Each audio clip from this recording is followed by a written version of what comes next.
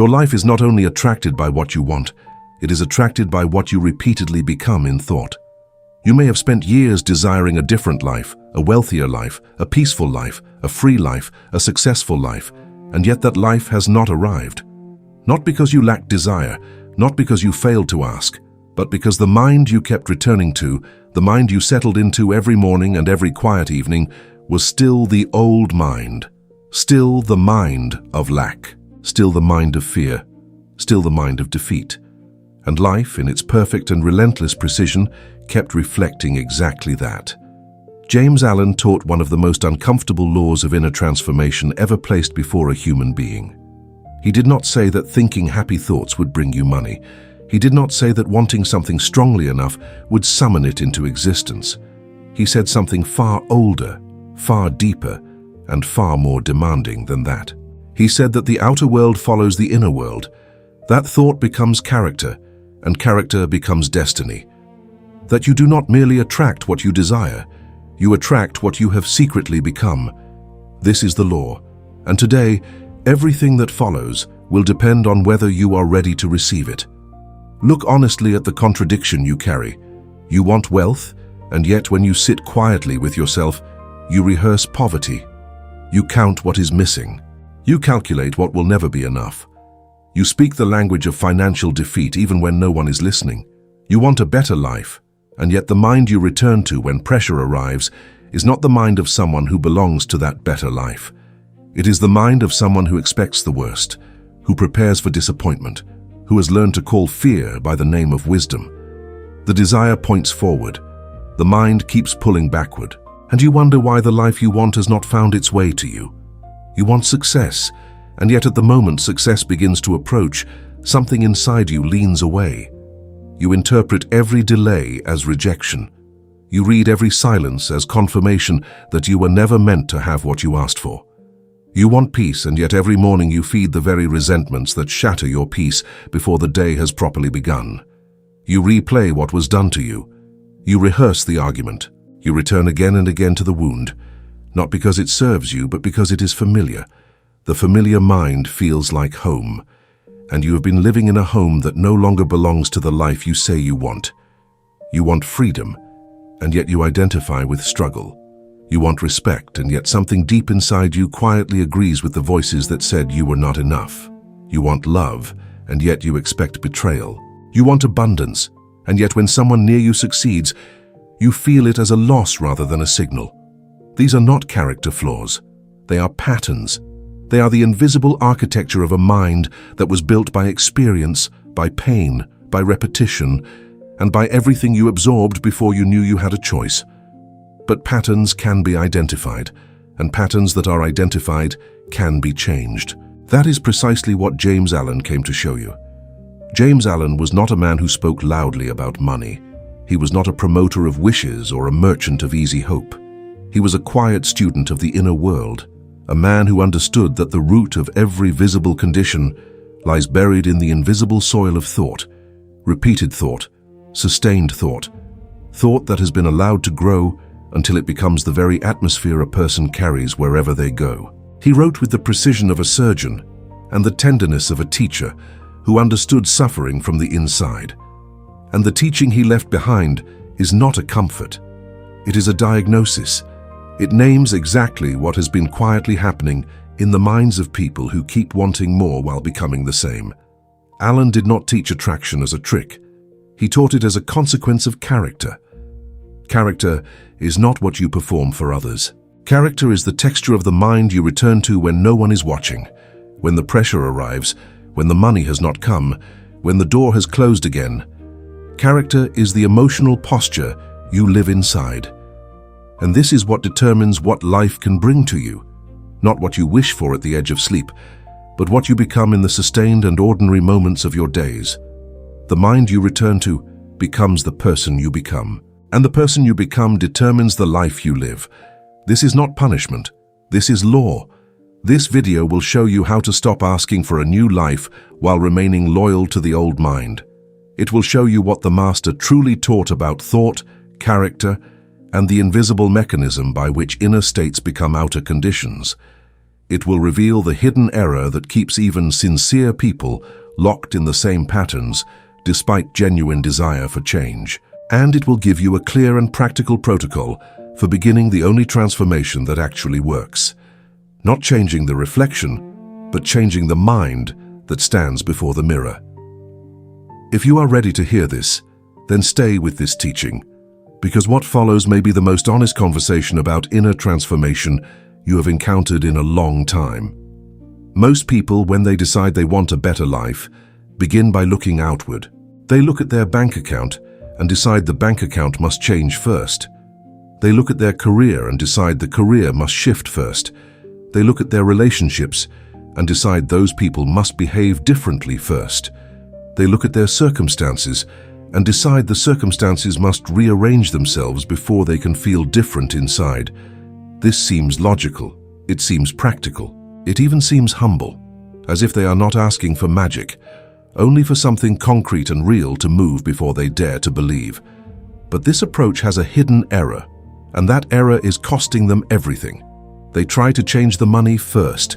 They search for new income streams, new opportunities, new strategies, new sources of visible supply, and sometimes those efforts produce temporary results.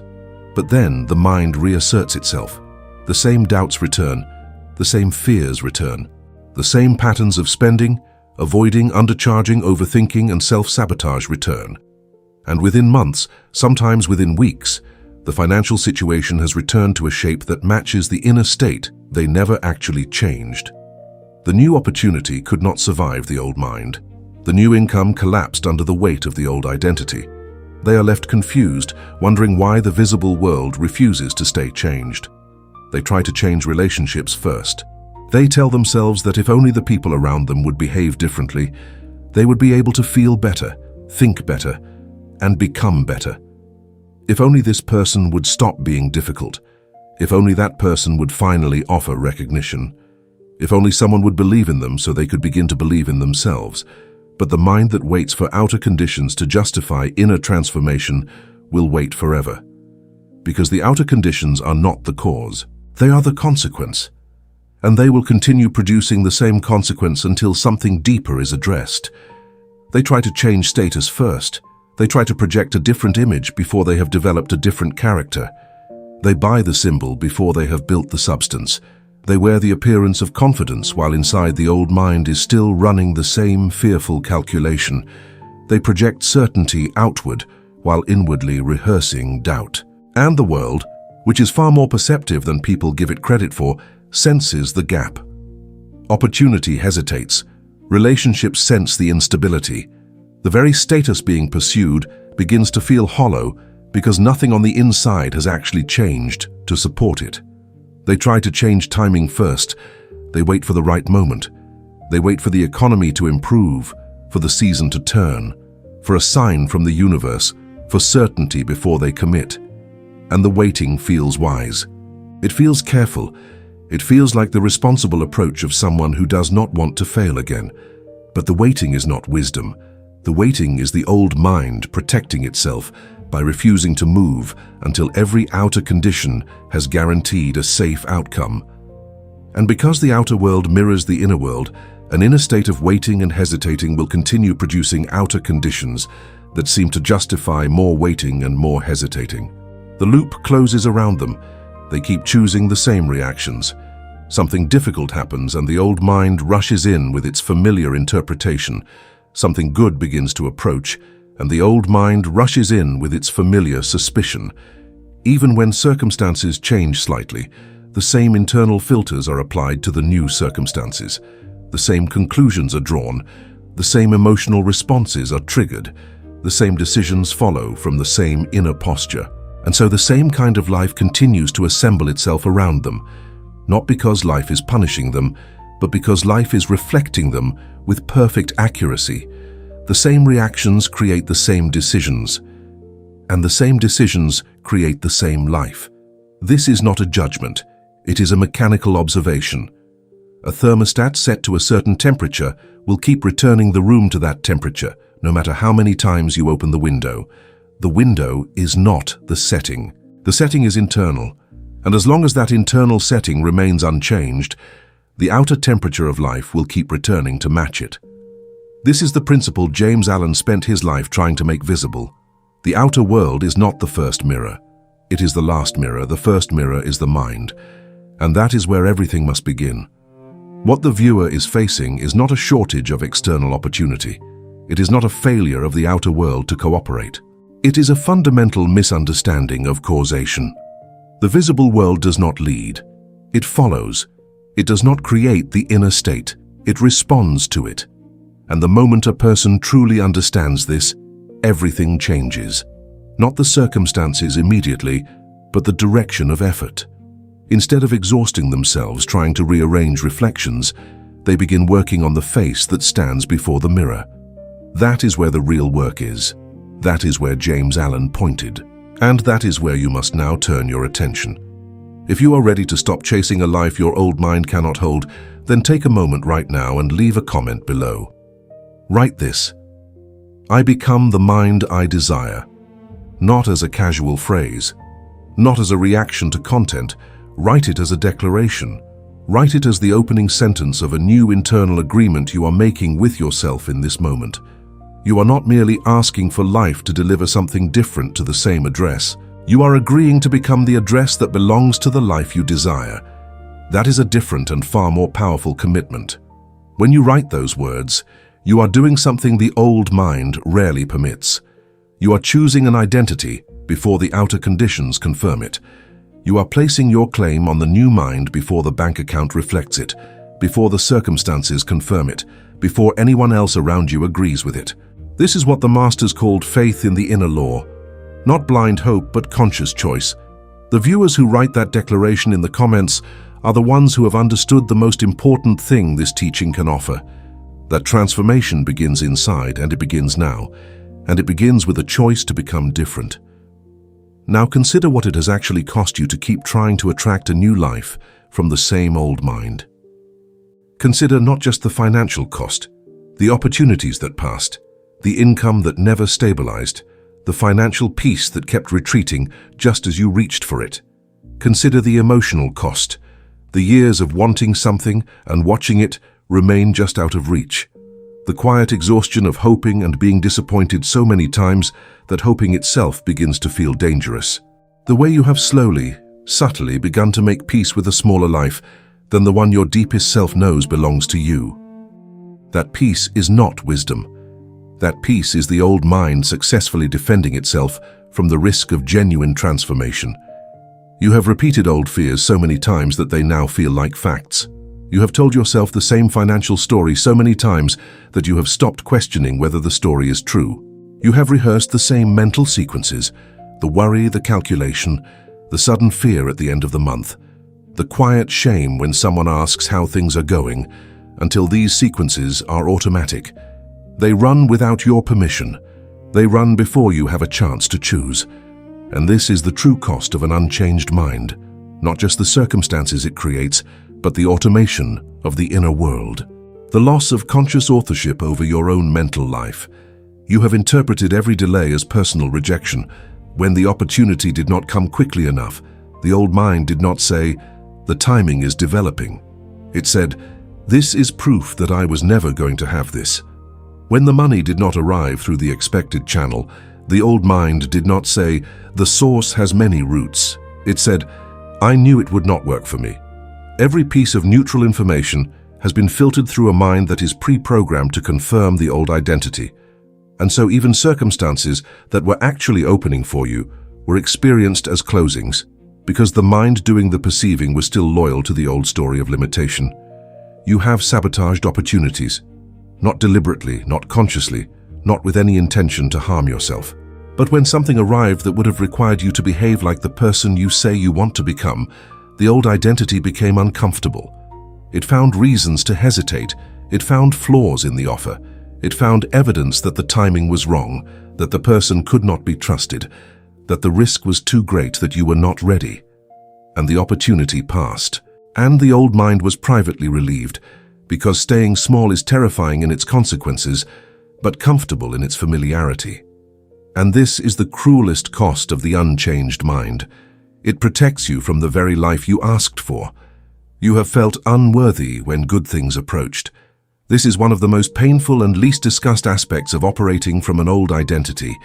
When something genuinely good began to arrive, something real, something that aligned with your desire, you did not feel joy. You felt fear. You felt suspicion. You waited for it to be taken away. You held it lightly because holding it tightly would have meant believing you deserved it. And the old mind had not yet authorized that belief. So you received it with one hand and kept the other hand ready to return it. And sometimes you returned it before anyone asked you to, because the identity of someone who deserves that good thing was not yet yours to inhabit. You have compared yourself to others and felt it as a wound. You saw someone achieve what you desired, and instead of seeing it as a signal, as proof that the thing you want exists and can be had, you felt it as a judgment of your own inadequacy. The old mind used their success as evidence of your failure. You resented them, not because they had done anything to harm you, but because their visibility reminded you of your own invisibility. And resentment is a tax on the mind. Every moment you spent in that resentment was a moment the new mind could not develop. The resentment fed the old identity, and the old identity kept producing the old life. You have spoken from the old identity when it mattered most. In conversations about money, you used the language of lack. You said, "I cannot afford it," when what you meant was, "I have not yet aligned my mind with receiving it." You said, "Things like that do not happen for me," when what was actually true was, "Things like that have not yet happened for me." You called your fear realism. You called your limitation practicality. And the words went into the room and into your own nervous system as instructions, as confirmation, as programming. The spoken word is not neutral, and the old mind speech kept broadcasting the old signal. You have chosen from insecurity when choosing from strength was required. When the moment came to ask for what you needed, to state your worth clearly, to commit to the path that belonged to your deeper desire, the old mind intervened.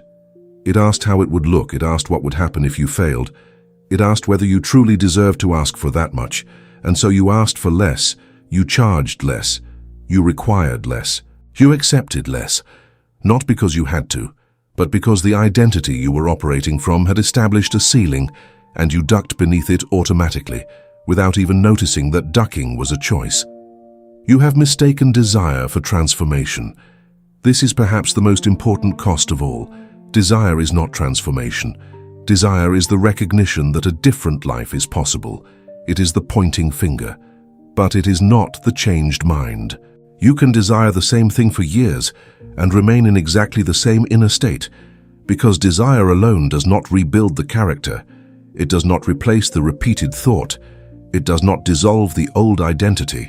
It does not rewire the emotional atmosphere. Only the sustained practice of becoming a different kind of mind achieves that. And as long as desire is mistaken for transformation, the gap between the life wanted and the life lived will remain exactly as wide as it has always been. You have become frustrated because life keeps reflecting what you have not changed. And that frustration is understandable, that frustration is honest, but frustration directed at the mirror is misdirected. The mirror is doing precisely what mirrors do. It is reflecting what stands before it. The question is not why the reflection has not changed. The question is, what inner face is still presenting itself to the glass? That is the question James Allen spent his life helping people ask. And that is the question this entire teaching will now help you answer. James Allen taught a law that is so simple, it is easy to dismiss, and so profound, it reorganizes everything once truly received. The law is this: thought held repeatedly becomes the atmosphere of the mind. The atmosphere of the mind becomes character. Character becomes the quality of action and decision. Action and decision become the visible life. And the visible life loops back to reinforce the thought. This is not a chain you observe from the outside. This is the inner architecture of your entire experience. Every condition you live in was built by this mechanism, and every condition you desire must also be built by this same mechanism. There is no other way. Repeated thought becomes mental atmosphere. This is the first and most important link in the chain. Not a single thought held for a moment, but a thought returned to repeatedly, a thought that becomes the background of the mind, the invisible emotional weather that colors everything the person sees and experiences. If the repeated thought is one of lack, then the atmosphere becomes one of scarcity. If the repeated thought is one of fear, then the atmosphere becomes one of threat. If the repeated thought is one of resentment, then the atmosphere becomes one of grievance. And you move through life inside that atmosphere without realizing it has become the lens through which all of reality is being filtered. Mental atmosphere becomes character. Character is not a performance. Character is not what you choose to show in public. Character is the deep and reliable inner tendency that asserts itself automatically under pressure, under uncertainty, under the conditions that matter most. A person whose mental atmosphere is fear will have the character of someone who retreats when boldness is required. A person whose mental atmosphere is lack will have the character of someone who cannot receive easily, who cannot commit fully, who keeps one foot always toward the exit. Character is the crystallization of repeated thought. It is what thought becomes when it has been practiced long enough to become automatic. Character becomes choice. And this is where the visible life begins to assemble itself. Not through grand decisions, but through the small and constant choices that flow from the character that has been formed by repeated thought. The person of fearful character chooses the smaller option. The person of lack-based character charges less, asks for less, settles for less, not because they plan to live small, but because their choices are flowing automatically from the character the mind has built. The choices are consistent with the inner atmosphere. They could not be anything else until the atmosphere changes. Choice becomes habit, and habit is the engine of destiny. The things a person does repeatedly without conscious decision, the way they speak about money, the way they respond to opportunity, the way they interpret difficulty, the way they treat their own desires, these habits are not random. They are the behavioral expression of the inner character that was formed by repeated thought. James Allen saw this clearly, that habits are not something to break by willpower alone. They are something to transform by going to their root, which is the repeated thought that originally formed the character from which the habit flows. Habit becomes visible life. The life a person lives is the outward expression of their habitual inner world, not a punishment, not a reward, a reflection. When you look at the circumstances of your life with total honesty, you are looking at the outer shape of your inner habitual patterns. The financial circumstances reflect the financial character. The relationship circumstances reflect the relational character. The level of opportunity reflects the level of inner expectation and openness. This is not comfortable to receive, but it is enormously powerful, because if life is a reflection of inner habit, then inner habit can be changed, and the reflection must eventually follow. Life mirrors the repeated mind. This is the single most important sentence to receive from James Allen. Not the wished-for mind, not the imagined on Sunday morning mind, not the mind you temporarily inhabit when you feel inspired. The repeated mind, the mind you return to in the quiet, in the pressure, in the private hours. That is the mind that has true power over what life brings. That is the mind that the universe, the source, the invisible mechanism of attraction is reading constantly and accurately. You cannot fool it with occasional inspiration, while the daily reality of your mental atmosphere is one of fear, lack, and defeat. The viewer must change the repeated mind, not only the external goal.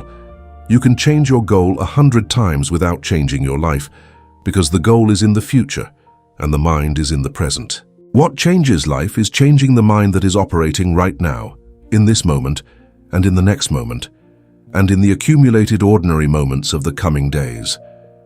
The goal is a destination. The repeated mind is the vehicle. And a vehicle running on the fuel of the old identity will not carry you to the destination of the new life, no matter how clearly you have mapped the route. Attraction is not the result of wishing. Attraction is the fruit of becoming. There is a belief that has been quietly operating inside you, possibly for years, and it goes something like this. If I want something badly enough, consistently enough, sincerely enough, it should eventually come to me. You have felt the sincerity of your desire. You have experienced the genuine longing for a different life, And so the failure of that life to arrive has felt personal, as if something is wrong with you specifically, as if you have been passed over, overlooked, or punished. But this belief that wanting strongly enough produces results is precisely the error that James Allen came to dissolve. Wanting does not attract what the identity keeps rejecting. Wanting and becoming are not the same activity. The mistake is this: you can want a new life intensely, while every habit of mind, speech, and feeling is still loyal to the old life. You can desire wealth in the morning and spend the day rehearsing lack. You can desire peace in the morning and spend the day feeding resentment. You can desire success and still introduce yourself with apologetic language. You can desire freedom and still make every choice from obligation and fear. The desire is real, but the identity has not changed. And the identity is what the mechanism of attraction actually responds to, not the desire, not the wish, not the fleeting feeling of inspiration, but the sustained identity beneath it all. You do not attract the life you admire while remaining loyal to the mind that fears it. This is precise and worth sitting with slowly. The life you admire, the prosperity, the peace, the freedom, the opportunity. You can see it. You know it is real. You know other people are living it. You have looked at it with genuine longing, but there is a part of you, a deep and habitual part, that is afraid of it, afraid of the responsibility it would bring, afraid of the exposure it would require, afraid of the change it would demand. And that fear is more powerful than the admiration, because the fear is in the identity, and the admiration is only in the desire. Desire points to the destination. Identity determines whether you can enter. Think of it this way. You can stand at the door of the life you want. You can describe that life in perfect detail. You can feel the pull of it. You can even take steps toward it. But if the identity you are carrying says that the person you are does not belong inside that door, then you will find a reason to stop at the threshold. You will find an excuse to turn back. You will create a circumstance that prevents you from walking through, not because life is cruel, but because the identity is keeping its own word. The identity always does what it has been built to do. The life you want may be waiting for the mind you have not yet become. This is one of the most compassionate and demanding things Allen's teaching implies. The delay is not punishment. The absence is not rejection. It is not that the universe has looked at you and decided you are unworthy. It is that the mind you have been presenting to the mechanism of life is not yet the mind that belongs to what you are asking for. The life is, in a very real sense, waiting for the character to develop that will know how to receive it, sustain it, honor it, and build from it. The delay is an invitation. The invitation is to become. When you understand this, the entire experience of wanting and not receiving changes its meaning. It stops being a story about an unkind world or an absent God or a broken system that excludes you. It becomes a story about an inner transformation that has not yet been completed. And that is a story you can do something about. You cannot force the outer world to deliver what the inner world is not yet prepared to receive. But you can deliberately, consciously, and persistently develop the inner world that belongs to the life you desire. That is the entire teaching. That is the work. That is where James Allen was pointing with every sentence he wrote. The disruption of this old belief is not cruel. It is liberating. Because once you stop waiting for wanting to be enough, you become free to do the actual work. The actual work is inner. It is the work of thought, of atmosphere, of character, of identity. It is slower and more demanding than simply wanting something, but it is real, and it works. Because it is aligned with the actual mechanism by which life is built, not by wish, not by force, but by the sustained and repeated inner condition of the mind that is willing to become what it is asking for. You have been carrying desire in one hand and the old mind in the other. You have been trying to walk toward the new life while the old identity has a firm grip on the old life, and the tension between these two has been the source of your exhaustion, because you have been working against yourself without knowing it. The new desire pulling forward, the old identity pulling backward, and the result is motion without progress, effort without arrival. Now, for the first time, you are being shown where the actual leverage is, not out there, in here, in the mind, in the character, in the repeated thought that becomes the life. There is a mistake so common that almost everyone who has ever genuinely tried to improve their life has made it. It is quiet. It is subtle. It runs below the surface of intention, and it is the reason that people who are sincerely trying to change still find themselves living inside conditions that feel exactly like the ones they were trying to leave. This mistake has a name. It is the mirror mistake, and later in this teaching, we will reveal exactly what it is, how it operates, and what specifically must change for it to stop silently sabotaging everything you are building. But first, you need to understand what the mistake actually looks like from the inside. The mirror mistake begins with the correct impulse. You look at your life and you see things you want to change. You see the financial situation and you want it to be different. You see the level of opportunity and you want it to expand. You see the relationships and you want them to be more supportive. You see the quality of daily life and you want it to feel different. The impulse to want better is not the mistake. The impulse is healthy. The impulse is the beginning of the inner movement towards something greater. But then, almost immediately, the impulse turns outward. And when it turns outward while the inner world remains unchanged, the mirror mistake has begun. You try to change the circumstances. You try to change the money by finding new money. You try to change the relationships by finding new relationships. You try to change the work by finding new work. You try to change the timing by waiting for better timing. You pour your energy into the external world, into the visible layer of life, and you watch and wait and hope for the outer world to respond and change, and finally deliver what you have been asking for. And sometimes it does change, temporarily, in small ways. But then it returns. And the return is frustrating beyond description, because you worked hard, you tried everything you knew to try, and the outer world came back to the same shape. But here is what you protected while you were trying to change everything outside. You kept the same self-talk, you kept the same emotional home. You kept the same inner posture when things got difficult. You kept the same interpretation of delay, the same fear response when money became tight, the same identity when opportunity knocked, the same sense of who you were and what you deserved and what you were capable of. You changed the actors on the stage without changing the script. You changed the furniture without changing the architecture. The inner structure remained intact, and the inner structure always rebuilds the outer life in its own image. This is the mirror mistake. Not changing the wrong things exactly, but changing the wrong layer. Changing the reflection while the face before the mirror remains the same. Trying to manage the outer conditions while the inner condition that created those outer conditions continues operating without interruption. The mirror will always, without exception, reflect what stands before it. You can polish the glass, you can angle the frame, you can move the mirror to a different room, but as long as the same face is before it, the same reflection will appear. And yet people keep returning to the glass, frustrated by the reflection and reaching out to touch it instead of turning inward to change what is producing it. The mirror continues reflecting the same inner condition because the inner condition has been protected. And here is what makes this particularly difficult to see. The old mind does not feel like a mistake. It does not announce itself as the source of the problem. It feels like you. It feels like your honest assessment of reality.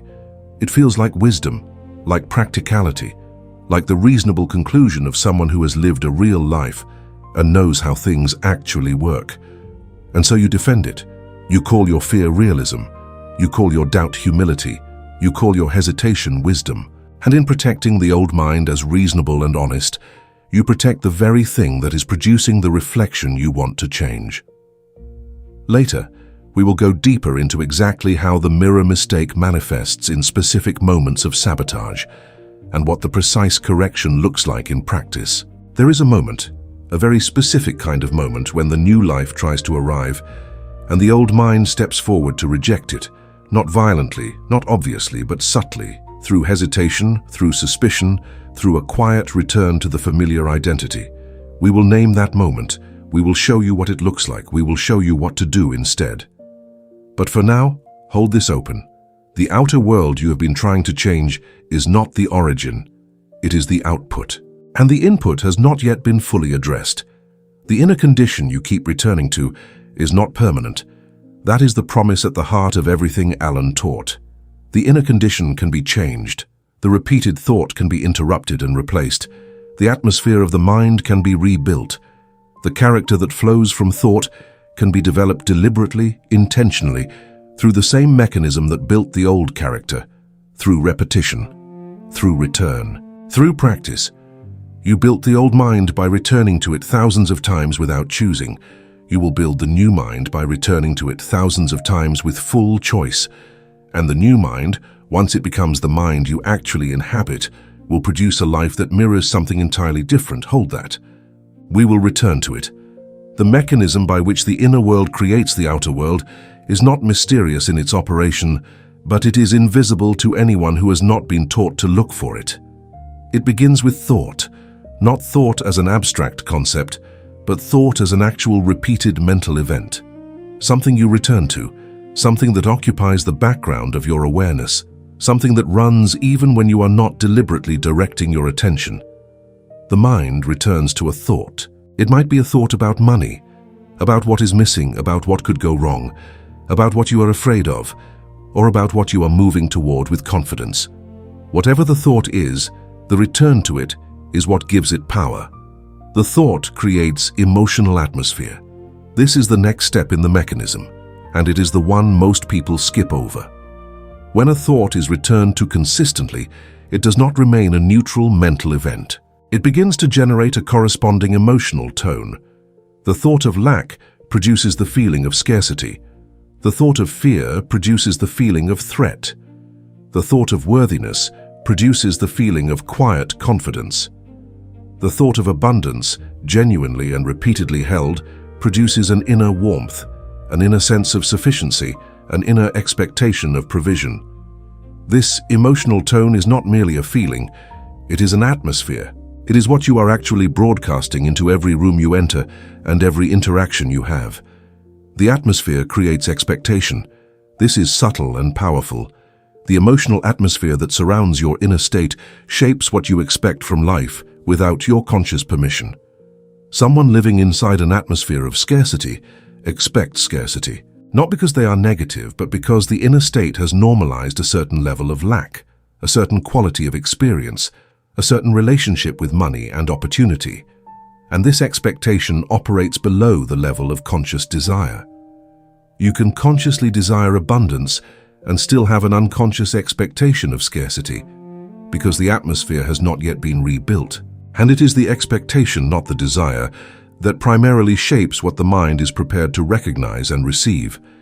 Expectation shapes perception, and perception is where the invisible mechanism becomes most concretely practical. Two people can walk into the same room, face the same set of circumstances, and see entirely different things. Not because the circumstances are different, but because the inner state each person is carrying is applying a different filter to the same reality. The person living inside an atmosphere of fear and lack will notice the threats, the barriers, the evidence that things are difficult, the signals that confirm the old story. The person living inside an atmosphere of expectation and openness will notice the openings, the connections, the small movements of opportunity that were invisible to the fearful eye. Perception notices or misses opportunities. This is where so much invisible loss occurs. The opportunities were there. They have always been there. Life is not withholding them. But the mind in a state of fear and lack cannot see them, because its perception is calibrated to scan for danger rather than possibility. Think about how many moments in your own experience you may have been standing next to an open door without seeing it, because the mind was busy managing the old story, the job offer that seemed insignificant, the connection that seemed casual, the idea that seemed too simple, the path that seemed too unfamiliar. A different inner atmosphere would have illuminated those moments differently. Opportunities invite action. When the mind in a state of genuine expectation and openness perceives an opportunity, it responds to it differently than the fearful mind. It moves toward it with a quality of natural confidence rather than anxious grasping. It engages with it cleanly, without the weight of all the previous disappointments. It asks clearly, offers generously, commits openly. The action that flows from a renewed inner atmosphere is qualitatively different from the action that flows from the old fearful mind, even when the external behavior looks similar. The energy behind the action is different, and the energy behind the action is part of what the world responds to. Action confirms identity. This is the self-reinforcing aspect of the mechanism. When you act from the new mind and something responds even slightly, even imperfectly, the identity of the new mind receives confirmation. The inner state that produced the action is strengthened. The emotional atmosphere becomes more stable. The expectation deepens, and the loop begins to run in a new direction. This is why the first few acts from the new identity are so important. Not because one action changes everything, but because one action from the new mind begins to build the evidence that the new identity is real, that it is workable, that it produces results. And identity that produces results grows stronger. Identity repeats. The identity that has been acted upon becomes more natural, more available, more automatic. The new mind becomes the mind you return to without deliberate effort. The thoughts that once required conscious choice begin to arise on their own. The emotional atmosphere that once felt foreign begins to feel like home. This is the same mechanism that built the old identity, but now it is running in service of the new one. The law has not changed, the direction has. And the direction of the law is now carrying you toward the life that matches the new identity rather than away from it. Repetition strengthens attraction. Each return to the new mind, each moment of practicing the new thought, each choice made from the new identity rather than the old one, adds to the magnetic quality of the inner state. This is not metaphor. This is the practical reality of how character is built and how character shapes the visible life. The repeated mind becomes the character becomes the action becomes the life. And the more consistently the new mind is practiced, the stronger its attractive power becomes. The life being attracted begins to match the mind being built, not the mind of years ago, not the mind of yesterday, but the mind being inhabited right now. Life begins to match the state. This is when the visible world begins to shift. Not because you forced it, not because you found the right strategy, not because you worked harder than before, but because the inner state that was previously producing a certain kind of life has been replaced by an inner state that belongs to a different kind of life. The source, the universe, the invisible mechanism of cause and effect that governs all things, responds to the inner state with precision and consistency. It was never ignoring your desire. It was always reflecting your state. Change the state, and what life reflects must change. This is how invisible supply works. This is why becoming comes before receiving. The mind is not decoration. The mind is direction. There is one more piece of this mechanism that must be named clearly, because it explains why so many sincere and intelligent people remain stuck despite genuine effort. The mechanism does not respond to what you want. It responds to what you are. You can want prosperity and be fear. You can want peace and be resentment. You can want love and be mistrust. The mechanism reads the being, not the wanting. And this is the precise point at which everything we have discussed becomes most practical. Because if the mechanism reads the being, then the most important work you can do right now is not to refine your goals, but to transform your being, to become the mind that belongs to the life you are asking for. The mind is not a passive container, it is an active generator. Every thought you return to is generating an atmosphere. Every atmosphere is creating an expectation. Every expectation is shaping a perception. Every perception is influencing an action. Every action is confirming an identity. Every identity is repeating and strengthening itself. And all of this is running at every moment of your life, with or without your awareness. James Allen's gift to you is not a new technique. It is awareness of the mechanism. Because awareness of the mechanism is the beginning of the ability to redirect it. And redirecting it is the beginning of a genuinely different life. In the context of James Allen's teaching, the word command does not mean a forceful demand issued to the universe. It means an identity-level decision. It means the deep inner declaration by which you commit, not to a plan but to a person you are choosing to become. The plan is external method. The plan is the sequence of visible steps, the strategy, the tactic, the action list. the visible route from here to there. The plan has its place, but the plan is secondary, because a plan cannot rescue an unchanged mind. A plan built on the foundation of the old identity will be executed in the manner of the old identity, with the fears of the old identity, with the limitations of the old identity, and it will produce results that match the old identity. You have likely seen this in your own experience. You developed a new plan, you were excited by it. The plan was solid, well considered, reasonable, but somewhere in the execution, the old mind reasserted itself. The same doubts arose. The same hesitations appeared at the critical moments. The same choices were made when the real decision came, and the plan, which was external and intelligent, could not overcome the inner identity that was undermining it from below. This is not a failure of the plan. The plan was fine. It was the foundation that was still the old mind, and the old mind kept redirecting the execution back toward familiar territory. A new strategy with old identity repeats old results. This is almost a mathematical law. The strategy is a tool. The identity is the hand that holds the tool. The same hand holding a different tool will use the new tool in the same way it used the old one, because the character of the hand has not changed. You can give a fearful mind 100 new strategies, and the fearful mind will execute each one fearfully, will interpret each obstacle as confirmation of defeat, will hesitate at each critical moment, will undercharge, undercommit, and underperform. Not because the strategies are wrong, but because the identity is still the old one, and the old identity has its own agenda.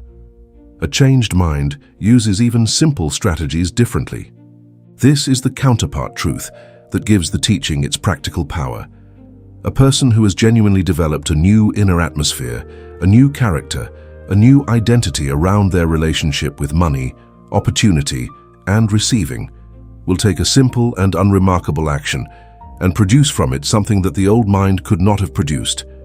Not because the action was magical, but because the energy, the expectation, the perception, and the presence behind the action were different. The changed mind sees the opportunity inside the simple strategy. The changed mind commits fully, rather than tentatively. The changed mind persists past the first obstacle instead of using it as a reason to confirm the old story. The command is this: I become the mind that belongs to this life. Not, I will try to think differently. Not, I will practice some new mental habits and see what happens. The command is a full identity decision. It is the inner declaration that the old mind's authority over your future has ended. Not gently, not temporarily, not as an experiment. Ended, and the new mind, the mind of the person who naturally lives the life you desire, that mind is what you are choosing to develop from this point forward. The plan follows the new identity. The strategy serves the new character. The external method is the expression of the inner decision. But the inner decision must come first. The old mind asks, what if I fail? This question seems reasonable. It seems prudent. It seems like the responsible way to approach any commitment. But what the question actually does is anchor the inner state in the fear of failure before a single step has been taken. It preloads the emotional atmosphere with defeat. It sets the internal thermostat to anxiety. And then the action taken from that state carries the energy of anticipated failure, which shapes how the action is executed, how obstacles are interpreted, and ultimately what results follow. The old mind's question is not protecting you. It is programming you for the very outcome you fear. The new mind asks, what would the person I am becoming do right now? This is a different question entirely. It calls forward the identity of the new self. It establishes in the present moment the character of the mind you are choosing to develop. It creates a reference point that is forward rather than backward. It asks you to draw on the resources of the new identity, not the old one. And when you answer that question honestly and act accordingly, even once you have done something significant. You have allowed the new mind to govern the body for a moment. You have practiced becoming, and every practice of becoming adds to the solidity of the new identity. The old mind waits. It waits for certainty before it commits. It waits for evidence before it believes. It waits for the outer world to change before it agrees to change inside. And while it waits, life continues reflecting the waiting mind. the hesitant mind, the mind that is not yet ready to become. The new mind practices. It does not wait for permission from the outer world. It does not require the reflection to change before it changes the face. It practices the new thought before the new circumstance confirms it. It speaks from the new identity before the bank account validates it. It moves from the new character before the applause arrives. And this practice is what builds the inner reality that the outer life must eventually reflect. Life begins following the new command, not instantly, not dramatically in the first moment, but it begins. The mechanism does not require the entire identity to be rebuilt before it responds. It responds to the direction of movement. When the inner state begins genuinely shifting, even partially, the mechanism begins adjusting the outer reflection accordingly. Opportunities that were invisible begin to become visible. Connections that seemed unavailable begin to open. Resources that seemed distant begin to approach. Not because you finally found the right external trick, but because the inner command has changed. And the universe, the source, the invisible mechanism of life, responds to what you are becoming, not only to what you have already become. Life responds to the direction as much as it responds to the destination.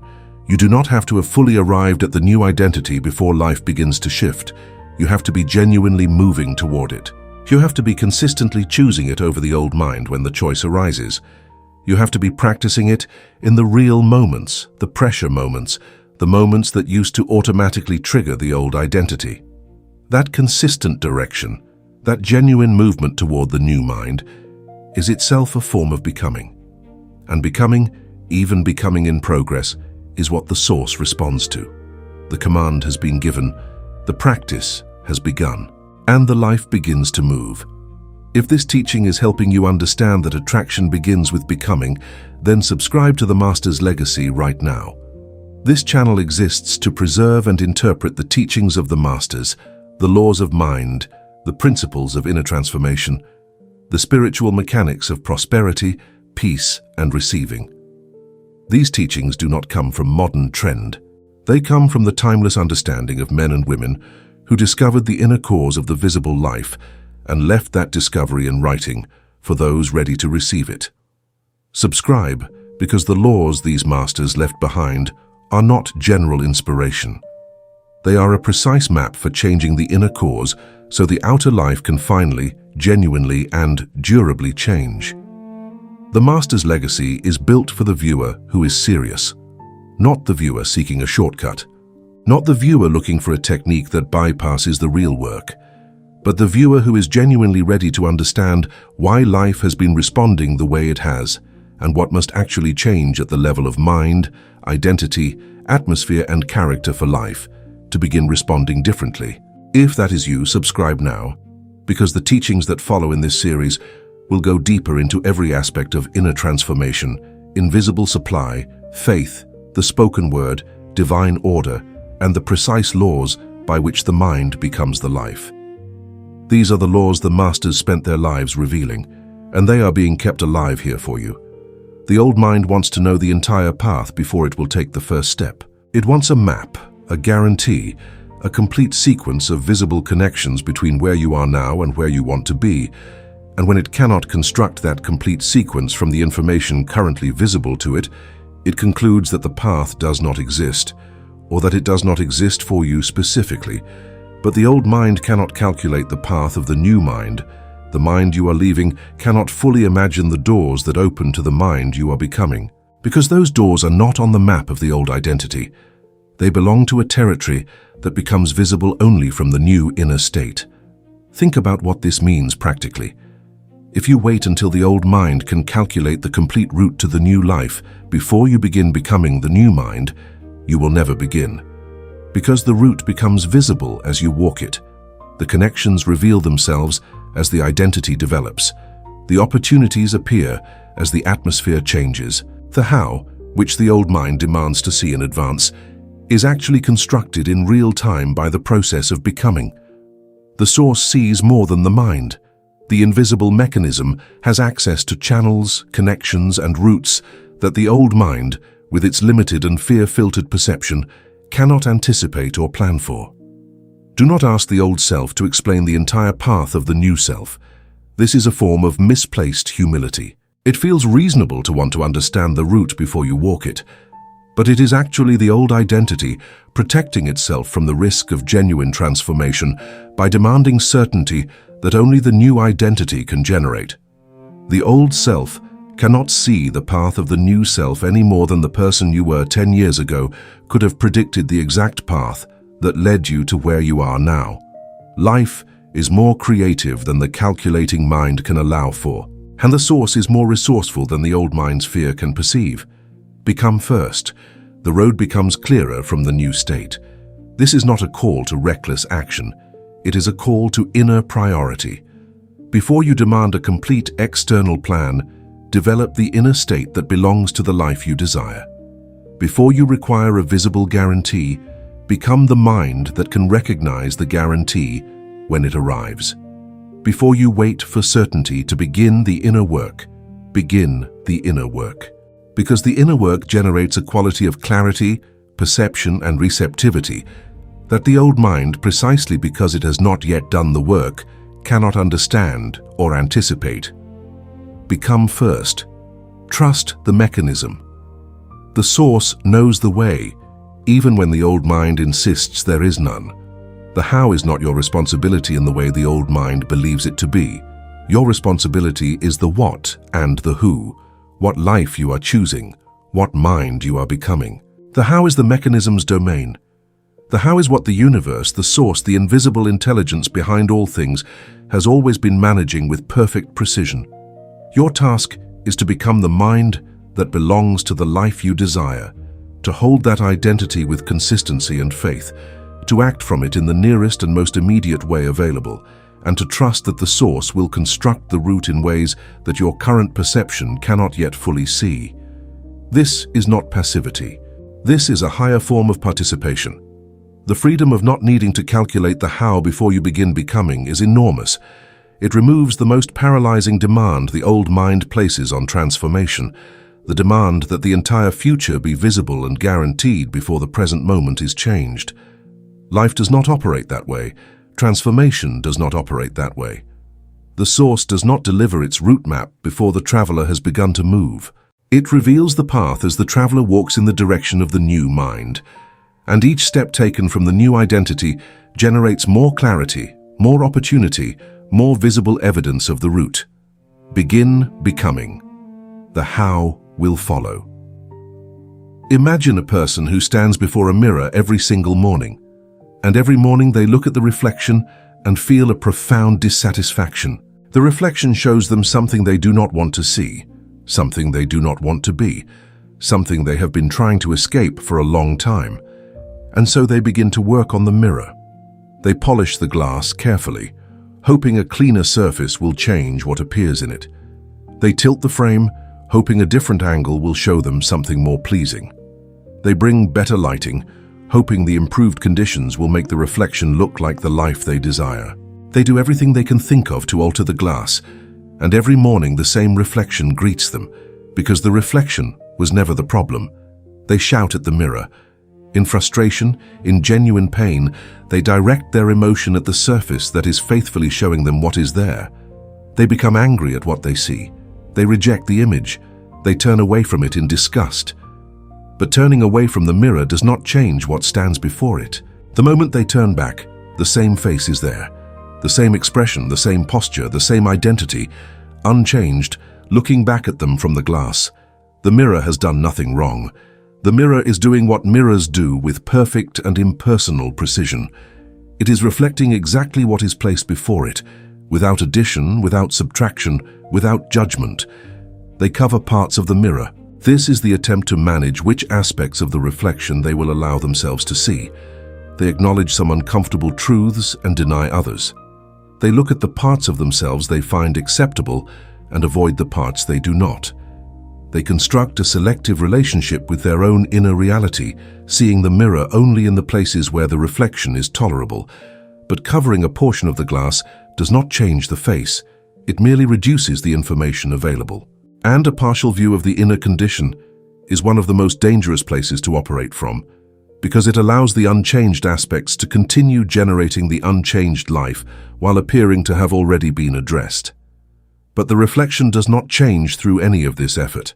Not through polishing, not through tilting, not through emotional protest, not through selective avoidance. Because the reflection has only one cause, and that cause is the face. Every attempt to manage the reflection without addressing the face is effort spent on the wrong layer.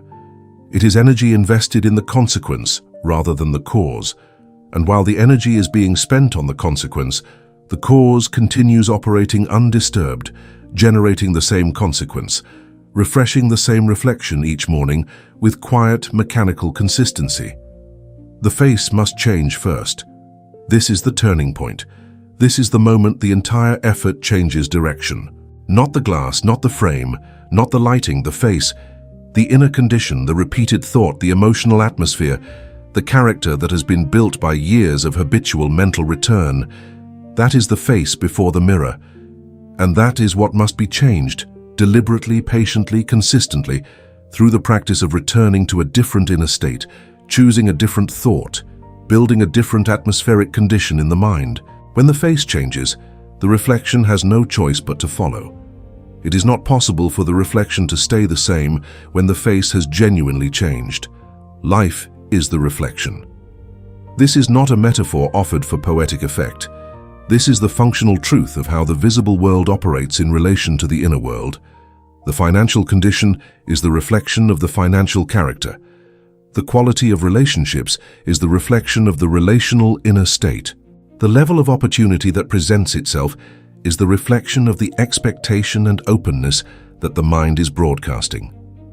The overall texture and quality of the daily experience is the reflection of the atmospheric condition of the mind that moves through it. Life is the mirror, you are the face. And this is not a burden.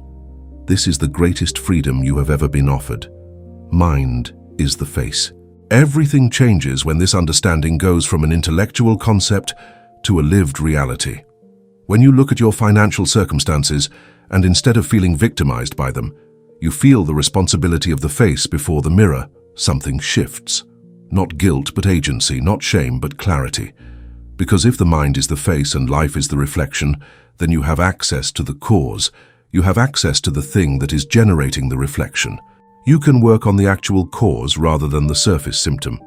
You can do the inner work that produces the outer change rather than exhausting yourself trying to rearrange reflections. Change the mind, and the reflection must eventually follow. Not instantly, not magically, not without the work of genuine inner development, but eventually, consistently, reliably, because the law is not sometimes true. It is always true. The mechanism does not take days off. It does not make exceptions for people who have been particularly patient or particularly deserving. It reflects what is before it, always, without fail. And when what is before it changes, the reflection changes. This is the most stable promise in the entire teaching of James Allen. Not a promise of riches by a certain date, a promise of precision. Change the face, and the mirror must show you a different face. Change the mind, and life must eventually reflect a different life. The mirror analogy also reveals why progress can feel slow from the inside, because the reflection responds to the actual face, not the intended face. If you have decided to develop a new mind, but in practice you are still returning to the old one 90% of the time, the reflection will show 90% of the old life. As the new mind becomes more consistently inhabited, as the return to the old mind becomes less frequent and less total, the reflection shifts in proportion. The visible life changes as the inner life changes, not ahead of it, not faster than it, not in response to desire alone, but in precise proportion to the actual character of the mind that is consistently presenting itself before the glass. This is why patience in inner work is not passivity. It is an understanding of the mechanism. You are not waiting for something external to happen. You are observing the relationship between the depth of your inner change and the degree of outer reflection. Every day that the new mind is more consistently inhabited is a day that the law is working in the new direction. Every return to the new thought during a moment of pressure is a deepening of the face before the mirror. Every choice made from the new identity, however small, is a change in what the reflection must show. The mirror is always working. The question is which face it is working with, and that face is yours to choose. Now consider the specific ways the mirror mistake manifests, the specific forms of interference that block the new reflection from appearing even when the desire for it is genuine. The first and most pervasive is wanting wealth while speaking lack. You desire financial expansion, you pray for it, you visualize it, you think about it. And then in the ordinary conversation of the day, you speak the language of financial defeat. You say you cannot afford things, you say money always leaves, you rehearse the shortfall. You speak the old story into the room, into the atmosphere, into your own inner hearing. And the mirror listens to the speech, not the prayer. The speech is the face. The speech is where the identity actually lives in the moment. Wanting peace while feeding anger. You desire a peaceful inner life. You desire freedom from the agitation, the reactivity, the constant low-level tension that has become your normal. And yet, every time something activates the old pattern, you feed it. You give it attention. You rehearse the offense.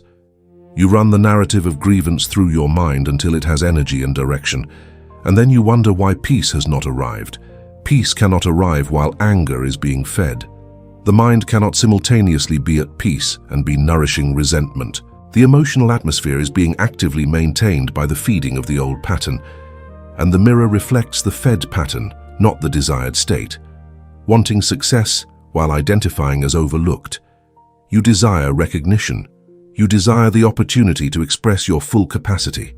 You desire to be seen as the capable, valuable, contributing person you know yourself to be, and yet the identity you carry says you are the one who is passed over, the one they do not notice, the one who deserves more but never gets it. And from that identity, you move through the world with the posture of someone who expects to be overlooked. You do not speak forward. You do not offer boldly. You do not present yourself with the confident clarity of someone who expects to be received. And the mirror reflects the posture, not the desire. Wanting love while expecting betrayal. You want deep, trustworthy, sustaining relationship. You want to feel genuinely known, received, and cherished. And yet every time someone approaches with real warmth, the old identity activates its defense. It looks for the catch. It waits for the reveal. It keeps a certain emotional distance because getting close means being in a position to be hurt. And the distance is felt by the people approaching.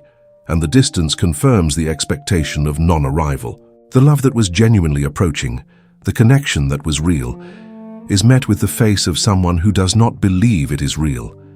And the mirror shows that face to the approaching person, and the response is shaped accordingly. Wanting freedom while rehearsing helplessness. You want the experience of genuine agency. You want to feel that your choices are your own, that your life is not entirely governed by circumstances, that you have real capacity to direct your path. And yet in the inner rehearsal, in the private conversation of the self, the language is one of helplessness. There is nothing I can do. This is just how things are for people like me. I cannot change this. The rehearsal of helplessness does not feel like a choice. It feels like an honest assessment, but it is a face before the mirror, and the mirror delivers a life that matches it, wanting abundance while resenting abundance. This is one of the most quietly destructive forms of interference. You desire wealth, and yet when wealth appears in someone else's life, it generates resentment rather than inspiration. The resentment is not merely an emotional reaction. It is a statement about the relationship between you and abundance. It is the inner position of someone who believes that another person's having is evidence of your own not having. And that position places you in a fundamental opposition to the very thing you desire. You cannot be in a state of resentment toward abundance and simultaneously be in a state of genuine receptivity to it. The mirror reflects the opposition. Wanting opportunity while hiding. You desire the doors to open. You desire the moment when the right person sees what you are capable of, when the right circumstance creates the opening, when the path forward becomes clear. And yet you are hidden. You do not speak your thinking clearly. You do not offer your gifts openly. You hold back in the critical moments, not from laziness, from the old identity's familiar fear of exposure. and from behind the hiding, the life you desire cannot easily reach you. The mirror shows a face that is turned away from its own desire, and the universe, which works through action and through openness, cannot easily deliver to a recipient who has hidden the address. All of these forms of interference have one thing in common. They are all places where the face before the mirror is different from the face the viewer believes they are presenting. There is a gap between the desired self-image, the self who wants wealth, peace, love, success, and freedom, and the actual inner face that is being reflected into the mirror of life. And the mirror is not responding to the desired self-image. It is responding to the actual face. Closing that gap is the entire practical work of this teaching, and it begins with the honest willingness to see exactly which face is standing before the glass. Here is the freedom that comes from truly understanding the mirror principle. You do not need to wrestle every reflection. You have been exhausting yourself trying to manage, change, fix, correct, and improve every outward condition that displeases you. You have been treating the reflection as if it were the cause, as if by adjusting it directly, you could produce a different inner condition. But the reflection is not the cause. The mind is the cause. And the moment you turn your full attention to the mind, the inner work, the development of the new character, the building of the new atmospheric condition, you can release the exhausting and ultimately futile effort of trying to change the mirror from the outside. This is not passivity. This is a radical redirection of effort toward the actual source of the condition. Instead of chasing every reflection, you work on the inner source. Instead of managing every circumstance, you develop the inner state that will naturally produce different circumstances. Instead of forcing every door, you become the person those doors are naturally open to. The effort does not disappear. It moves. It moves from the outer layer, where it has limited leverage, to the inner layer, where the actual cause resides, and where even small changes produce significant outer shifts over time. Change the mind that stands before the mirror. This is the single most liberating instruction the Master offers. Not change your strategy, not change your environment, not find better people. Change the mind, change the atmospheric condition, change the repeated thought, change the identity you are inhabiting, change the face. Because when the face changes, every reflection in every mirror of your life changes with it. The financial mirror, the relational mirror, the opportunity mirror, the daily experience mirror. They all change because they all have only one source, and that source is you, the inner you, the atmospheric quality of the mind you are consistently becoming. The reflection may not change instantly.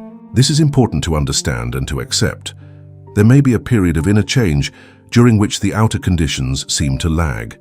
The mind has changed direction, but the outer world has not yet fully caught up to the new inner state.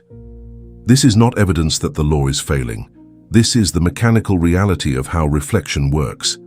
The old conditions were built over years of the old mind. They have a certain momentum. They will not dissolve in a single day simply because the inner state has shifted, but they have lost their cause, and a condition that has lost its cause cannot indefinitely sustain itself. The reflection has lost its old cause. When you genuinely change the mind, you have removed the source of power from the old reflection. The old conditions are no longer being actively generated. They are running on the momentum of the past. And momentum, without a generating source, does eventually exhaust itself. This is why patience in inner work is not resignation. You are not waiting for something external to decide to change. You are waiting for the natural consequence of the inner change to work through the visible layer of your life, displacing the old reflection and revealing the new one. The cause has changed. The effect must follow. You are free from the exhausting work of managing every outer reflection. You are free to focus on the inner state, to develop the new character, to practice the new thought, to build the new atmospheric condition. You are free to observe the outer world without needing to control it, because you understand that your leverage is not there. Your leverage is in the mind. Your power is in the face you choose to place before the mirror, and that face is entirely within your authority. No circumstance can take that authority from you. No closed door can remove your access to the inner work. This is the deepest freedom the Master offered. Not the freedom of perfect outer conditions, but the freedom of knowing that the inner cause is always yours to tend. From this point forward, You do not chase reflections. You cultivate the face, you develop the mind, you build the atmosphere of the inner world with the same care and intention that you have been directing outward at circumstances that were never in your control. And as the inner world changes, the outer world will reflect the change. Not because you forced it, not because you finally found the right external lever, but because the law is precise and the mirror is faithful. Change what stands before it, and it will show you something new. The practical work of becoming begins with definition. Before you can build the mind that belongs to the life you desire, you must be specific about both the life and the mind. Most people remain general in their desire. They want a better life, more money, more peace, more opportunity. But general desire does not generate specific inner development. The development of a new identity requires you to get precise about what you are actually building. And so the first question in the practical protocol is this: what life do you actually say you want? Not in the vague and comfortable language of wish, with the specific and honest clarity of intention. What does your life actually look like when it is the life you desire? What mind would naturally live there? This is the second question, and it is the one that changes everything. Not what mind would want to live there, not what mind would admire the life from a distance, but what mind would naturally inhabit that life. What would be normal to that mind? What would be its ordinary emotional atmosphere? What would it take for granted that the current mind treats as exceptional? What fears would have been dissolved in the person who naturally belongs to that life? What certainties would have been built? What identity would have been established? The gap between the mind you currently inhabit and the mind that would naturally live in the life you desire is the map of the inner work ahead of you. What thoughts would that mind return to? The mind that naturally belongs to the life you desire does not return to fear when money becomes tight. It does not return to defeat when the door closes. It does not return to self-doubt when someone challenges it. It returns to something different. What is that something? What are the thoughts that the person who belongs to your desired life treats as their natural home? These are not fantasies. They are the thoughts that build the character that produces the actions that create the conditions of that life. Name them, know them, because they are what you will be practicing from this point forward. What fears would that mind no longer obey? This question is particularly important because the fears that currently have authority over your choices are not random. They are the specific fears that belong to the old identity, the fears that the old character treats as justified, the fears that feel like wisdom because they are familiar. The mind that naturally belongs to the life you desire has a different relationship with those fears. Not the absence of all challenge, but a different inner response to it. The old fears have lost their authority over the new mind. They may arise, but they do not govern. Identify the specific fears that currently have the most power over your choices, because these are precisely what the new mind must be built to supersede. What speech would support that life? The words you habitually use about money, about yourself, about what is possible, about what people like you can have and cannot have, are not neutral observations. They are face before the mirror moments. Every sentence you speak about your financial life is a reflection generator. The person who naturally lives in the life you desire speaks about money, opportunity, and supply differently than the person you have been. They do not speak lack. They do not speak defeat. They do not speak the old story. What would the speech of the mind you are becoming sound like? What specific things would you stop saying? What would you begin saying in their place? What actions would become normal? The actions that flow naturally from the new identity are qualitatively different from the actions that require forcing from the old identity. For the new mind, speaking clearly and asking directly would be normal. Charging what is genuinely deserved would be normal. Saying yes to an unexpected opportunity would feel natural rather than terrifying. Receiving help without suspicion would be the default. Acting before the applause would feel like the obvious next step. Map the actions that the new mind would perform naturally, because these are the actions you will begin practicing before the new identity is complete. The practice of the action helps build the identity that eventually makes the action normal. What identity must you stop protecting? This question requires honesty and courage, because the old identity is not simply a set of limiting beliefs you are eager to leave behind. It is, in many ways, your familiar home. It is the identity you have been defending in 100 small ways, in every statement of lack, in every retreating choice, in every moment of speaking from defeat rather than from the new mind. You have been protecting something. What is it? The identity of someone to whom difficulty is expected. The identity of someone for whom financial struggle is simply the reality. The identity of someone who has been overlooked and excluded. Name it. Because what you name, you can consciously choose to stop defending. What identity must you practice? Not someday acquire. Practice now. The identity of the person who naturally belongs to the life you desire is not going to arrive fully formed one morning as a gift. It is going to be built through the same mechanism that built the old one. Repetition, return, practice. Small daily choices made from the new mind rather than the old. Small daily moments of speaking from the new identity rather than the old one. Small daily instances of action taken from dignity rather than fear. Map the identity. Choose it explicitly. And then practice it, not when it feels natural, but especially when it does not, especially in the pressure moments, the financial tight spots, the moments when the old mind surges forward with its familiar authority. The statement that anchors this entire definition work is simple and precise. I become the mind that naturally attracts the life I desire. Not I hope for the life. Not I try to deserve the life. I become the mind that naturally attracts it. This statement operates on the identity level. It does not ask you to visualize outcomes or to wish harder. It asks you to become the cause, to develop the inner character that makes the desired life a natural consequence rather than a distant hope. Write this statement. Read it. Say it. Not as a magical incantation, but as a living description of the inner work you are committing to. This is who you are becoming, and becoming is a practice that begins now. Keep your definition of the new mind visible in your daily life.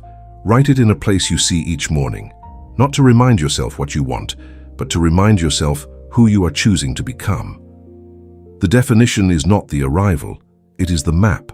And the map is only useful if you return to it regularly, if you orient yourself by it in the moments when the old mind is asserting its familiar authority. Every day that you consult the map and choose one action, one thought, one word, one inner return from the new identity, is a day that the character is being built.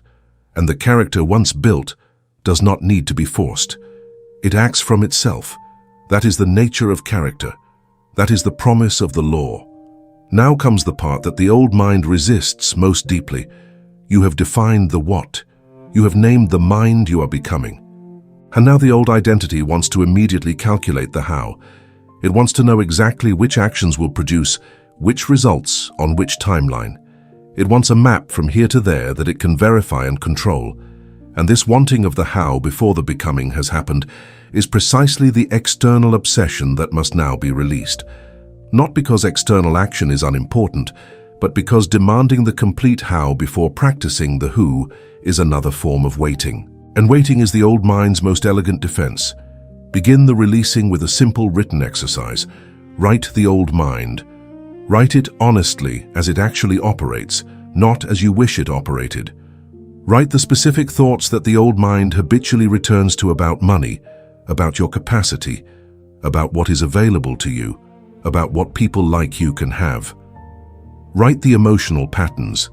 Write the specific language of the old identity.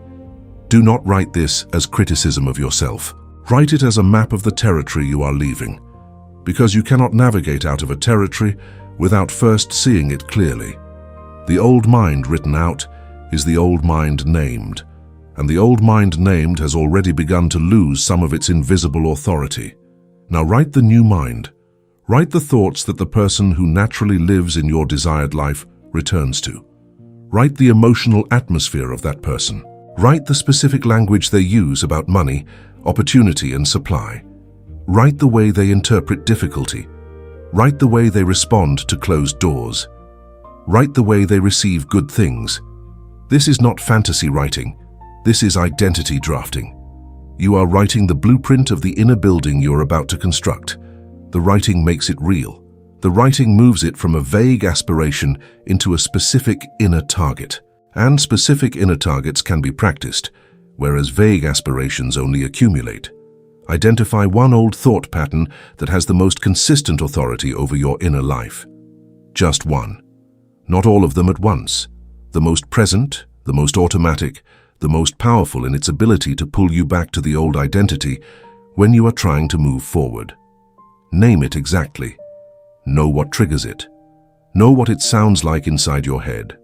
Know what emotional atmosphere it creates, and then replace it with one new mental return, one thought from the new mind that is the functional opposite of the old one, one inner statement that belongs to the character of the person you are choosing to become. This is the pivot point. This is where the work becomes specific and real. Practice returning to the new mind during pressure. This is the critical instruction because pressure is precisely the moment the old mind asserts maximum authority. When money becomes tight, the old mind rushes in with its familiar fear narrative. That is the moment to practice the return to the new thought. Not to deny the practical reality, but to refuse to inhabit the fearful interpretation of it. The practical reality can be addressed from the new mind as effectively as from the old one, and far more clearly, because the new mind is not clouded by panic. Pressure is not an obstacle to the practice of the new mind. Pressure is the most important training ground for the new identity, because it is the test that reveals how deeply the character has been built. The releasing of the how is also the releasing of the obsession with timing. The old mind wants to know not only how the new life will arrive, but when. And the demand for a specific timeline is another anchor to the visible world. The source does not operate on timelines dictated by the fear of the old identity. The source operates on the precision of the inner state. When the inner state genuinely belongs to the life being asked for, the mechanism moves. It may not move on the old mind's demanded schedule. It will move on the schedule of inner readiness. And inner readiness is built by the practice of the new mind, not by the anxious monitoring of the clock. Releasing the how also means releasing channel attachment. Just as an earlier teaching in the master's tradition reminds us, the channel through which supply arrives is not the source. The source has infinite channels. The old mind identifies one channel, one route, one visible connection, and insists that the supply must come through that specific opening. And when that specific opening appears closed, the old mind concludes that the supply is blocked. But the new mind understands that the source has already identified the appropriate channel. The appropriate channel may not be the one the old mind was watching. The releasing of the how includes releasing the insistence that the how must look a specific way. Every day, as you practice the new mind, there will be moments when the old identity tries to reassert control by demanding a complete plan, a guaranteed route, a certainty that the thing being built is real. In those moments, the practice is not to argue with the old identity. The practice is to return to the new thought and take the next available action from the new mind. Not the complete action, not the final action, the nearest action available from the perspective of the new identity. That nearest action is enough. That nearest action is the work. The source will use that action, the mechanism will build on that action. Trust is the willingness to take the nearest action from the new mind without needing the complete how to be visible first. The releasing of the how is not the releasing of responsibility. This is a distinction of great importance. You are not releasing the responsibility for your own development. You are not releasing the responsibility for taking action. You are releasing the obsessive need to control the route by which the source delivers what the new mind has set in motion. The action remains.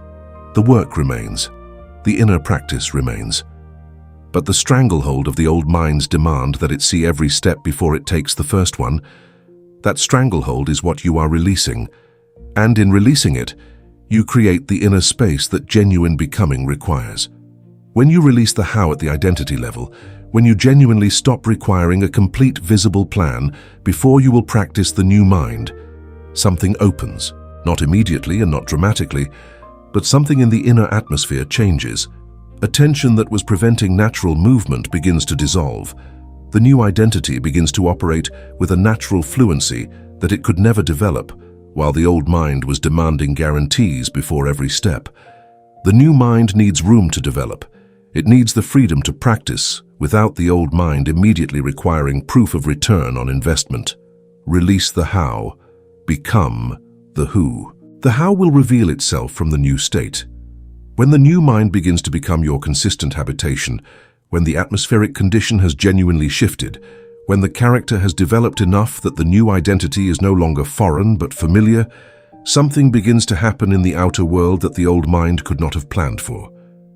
Surprise begins to appear, not the frantic surprise of accidental luck, but the quiet surprise of the right perception meeting the right moment. The new mind sees differently. It notices what the old mind was filtering out, and what it notices changes the experience of life in ways that feel, from the outside, like unexpected provision. The viewer notices an opportunity they previously ignored, not a new opportunity that appeared from nowhere, but an opportunity that was there all along, that was simply invisible to the old perceptual filter. The same email that would have seemed insignificant to the old mind now reads as an invitation. The same connection that seemed casual now appears as a potential opening. The same idea that once felt too simple or too risky now presents itself as the nearest available action from the new identity. The new mind's perception is calibrated to possibility rather than threat. And possibility, once perceived, can be acted upon. They speak differently. This is one of the most immediate and practical changes that comes with a genuinely shifting inner state. The speech changes not because you have decided to talk differently, but because the identity generating the speech has changed. The new mind does not reach for the language of lack automatically.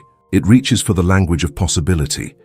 It asks more clearly and more directly, because it is no longer operating from the embarrassment and self-diminishment of the old identity. Clear speech opens doors that hesitant speech keeps closed, and clear speech arises naturally from a mind that has developed a new relationship with its own worthiness and capacity. They stop shrinking. The old identity had learned to make itself small in the presence of opportunity, as if minimizing yourself protected you from the pain of rejection. The new mind stops performing that particular protection. It stands at full height in the encounter with possibility, not with arrogance, but with the quiet dignity of someone who has developed the inner character that belongs to the life they desire. And that dignity is perceptible to others. People respond to the person who is fully present in their own identity. Opportunity responds to the person who is not hiding from it. The fullness of the new identity creates a magnetism that the old mind's shrinking could never generate. They stop interpreting everything as rejection. The old mind's default interpretation of any neutral or ambiguous signal was rejection. The delay was rejection. The silence was rejection. The unexpected turn was rejection. And every interpretation of rejection fed the old identity and its story of being excluded. The new mind does not carry that interpretation as its default. A delay becomes timing. A silence becomes patience. An unexpected turn becomes redirection. Not naively, but from the genuine inner stability of an identity that no longer requires every external signal to confirm its worth. This shift in interpretation alone changes the emotional experience of pursuing the desired life dramatically. They accept help.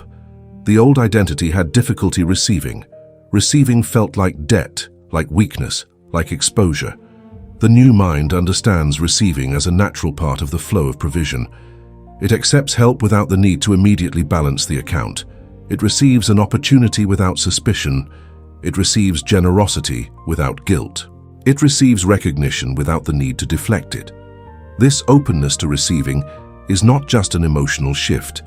It is a practical change in the kind of supply that can actually reach you. A hand closed against receiving cannot be filled. The new mind opens, and what is opened can be given to.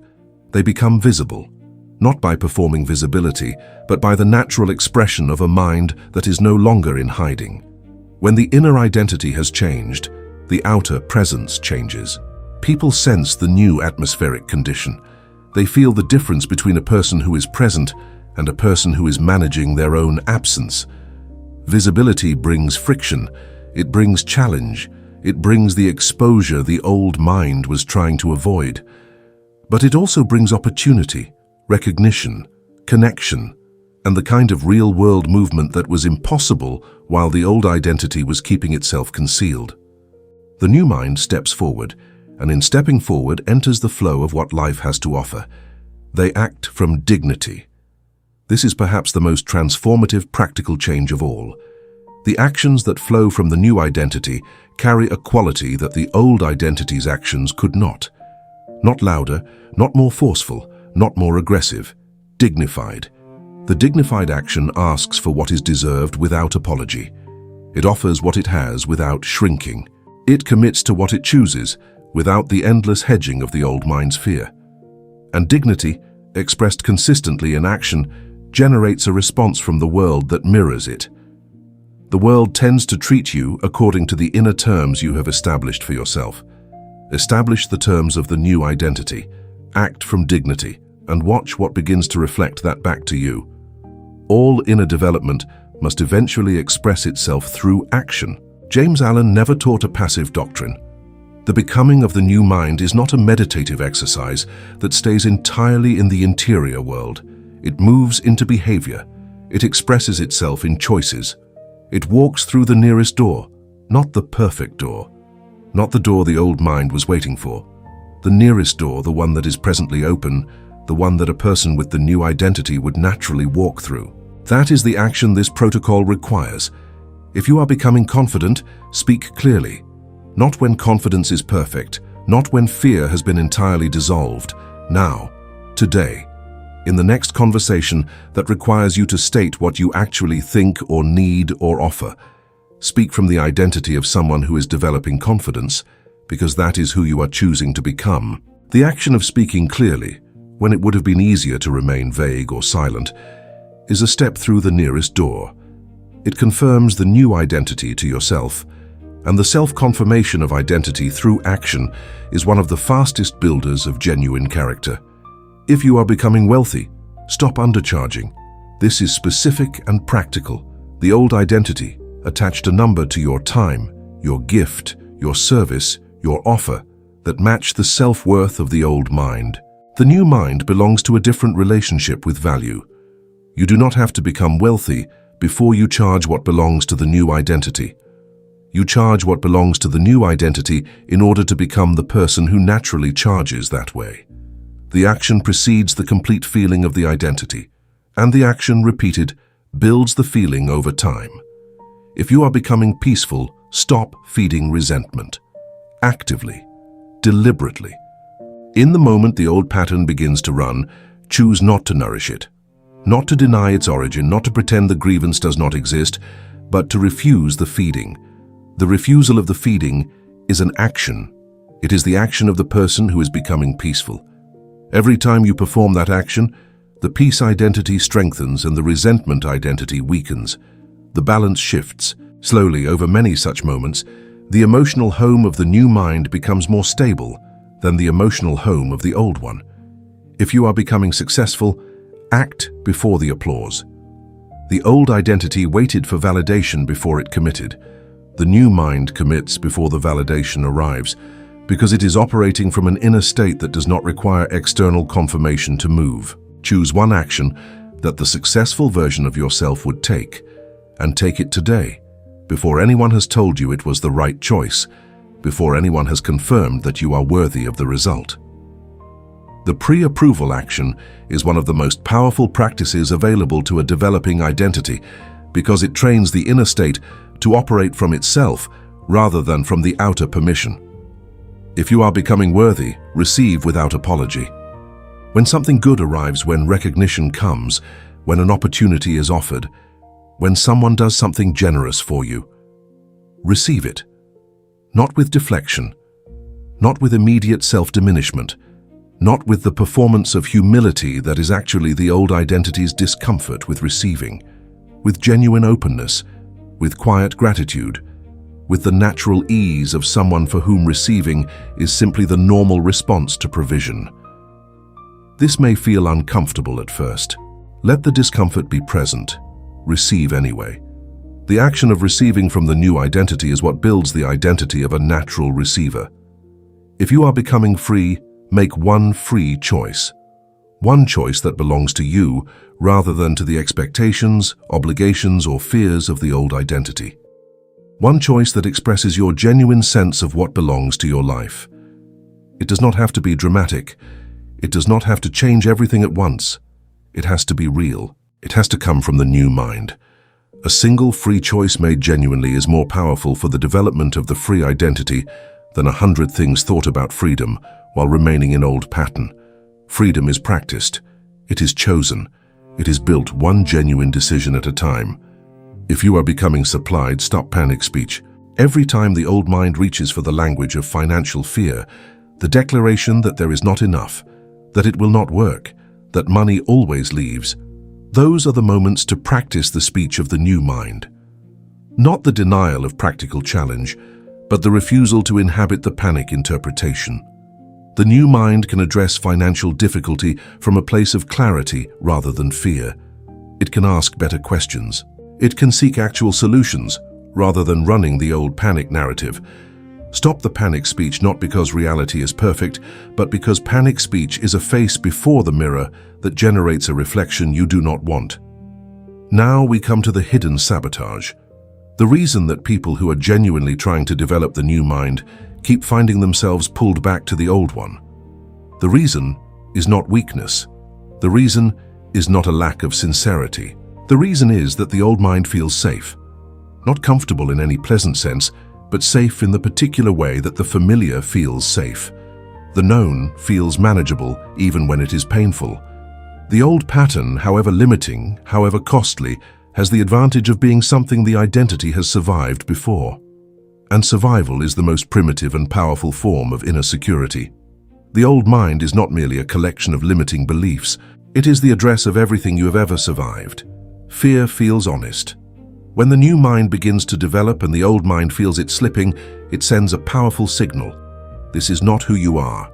And it frames that signal as honesty, as clear-eyed realism, as the responsible voice of someone who has been through enough to know how things actually work. The fear does not announce itself as an obstacle. It announces itself as wisdom. And this is what makes it so effective as a defense. Because you have learned to respect the voice of hard-won experience. You have learned to listen to the voice that has navigated difficulty. And that voice, in this moment, is dressed in the clothing of fear and calling itself truth. Lack feels realistic. The old mind's relationship with financial scarcity has been confirmed so many times by actual experience that it now carries the weight of factual knowledge. You have lived through the months when money ran out. You have experienced the closed doors and the disappointed hopes. And the mind that survived all of that has a thorough and detailed case file supporting its position that more of the same should be expected. This case file is not imaginary. The experiences were real. But the interpretation they have been given, the interpretation that things will always be this way, that this is the permanent truth of your financial life, that is the old mind protecting itself through the misuse of real historical data. Resentment feels protective. The old mind uses resentment as a kind of armor. If you resent the people who have what you desire, you create a safe emotional distance from the possibility of wanting and not receiving.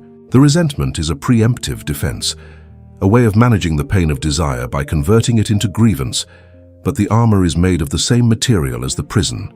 The resentment protects the old identity by making abundance feel morally suspect, by creating a story in which having a lot is associated with something wrong rather than something to move toward. And as long as abundance carries the emotional charge of resentment, the new mind cannot inhabit it freely. Self-doubt feels humble.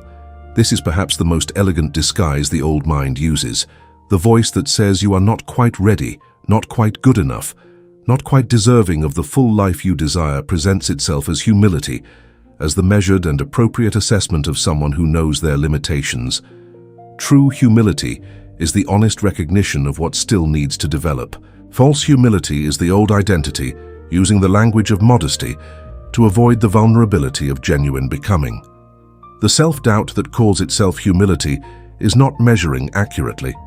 It is protecting the old identity from the exposure of attempting fully and possibly falling visibly short.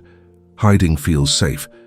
The old identity discovered at some point, usually early in life, that visibility brings risk, that being fully seen creates the possibility of full rejection. That stepping forward exposes you to the particular pain of being stepped over while fully present, and so hiding became a strategy, a way of managing the gap between desire and capacity by never fully committing to the test of the open field. But the new mind you are building does not require perfect safety before it steps forward. The new mind has developed enough inner stability to tolerate the discomfort of being seen without being certain of the reception. The new mind feels strange. When you begin practicing the new identity, the new thoughts, the new speech, the new actions, they will not feel natural at first. They will feel performed. They will feel inauthentic in the way that anything feels inauthentic before it has been practiced enough to become second nature. And the old mind will use this strangeness as evidence that the new identity is false. It will say, "This is not really who you are. You are pretending. You are fooling yourself. You are not one of those people." And you must hear this voice with complete clarity, because it is precisely the old identity's last line of defense. It uses the feeling of strangeness as proof of inauthenticity. The new mind is not fake. It is unfamiliar. This is the crucial distinction. The old mind was not born familiar. It was built familiar through repetition. It was practiced until it became automatic. The new mind will follow the same path. It will be strange before it is natural. It will feel performed before it feels genuine. It will require conscious effort before it becomes effortless. And the strangeness is not a warning. The strangeness is a sign that the new territory is genuinely new. You are not pretending to be someone you are not. You are practicing the person you are choosing to become. And practice, sustained and honest, is how all character is built. The old mind was once unfamiliar too. Now we arrive at the mirror mistake itself in its most concrete and practical form. The inner work has been done. The desire is genuine. The effort has been real. And the life, in its precision and faithfulness to the inner law, begins to send the first deliveries of what has been asked for. And the old identity steps forward and rejects them, not with a dramatic refusal, quietly, subtly, in ways that feel in the moment like reasonable responses to reasonable concerns. But the pattern, seen from a distance, is unmistakable. The life is arriving. The old mind is sending it back. Opportunity comes, but the old mind says, "Not me." The opening appears. The invitation is real. The possibility is genuine. And instead of moving toward it with the expectation of the new mind, the old identity floods the moment with a familiar disqualification. "I am not the right person for this. Someone else would do this better. This is not really meant for me." The "not me" response is not based on a genuine assessment of capacity. It is based on the old identity's established ceiling, and the opportunity, met with "not me" energy, does not force its way through. It recedes, and the old mind returns to its familiar position of waiting for something better, while not being able to recognize better when it arrives. Money comes, but the old mind fears losing it. An unexpected provision arrives, financial relief, a sudden and welcome shift in the visible supply. And instead of receiving it with the openness of the new mind, the old identity immediately activates anxiety about its departure. It will not last. It will be gone soon. Something will take it away. And this anxiety about the departure of money generates a quality of frantic holding that actually disrupts the natural flow of financial energy. The fear of losing what arrived prevents the full receiving of what arrived. And the partial receiving does not lay the foundation for more arrival, because the inner state is one of anticipated loss rather than sustained trust. Support comes, but the old mind mistrusts it. Someone genuine offers help. Someone offers a connection, a resource, a kind word of belief. And the old identity, which has learned through real experience to be cautious of the apparent generosity of others, applies its suspicion before the support has had a chance to prove itself. What do they want? Why are they being helpful? What is the catch? And the suspicion creates a relational distance that makes it difficult for the support to reach its full potential. The person offering support senses the distance, and their own energy shifts accordingly. What could have been a genuine channel of provision is narrowed by the old mind's insistence on protecting itself from the possibility of betrayal. Visibility comes, but the old mind hides.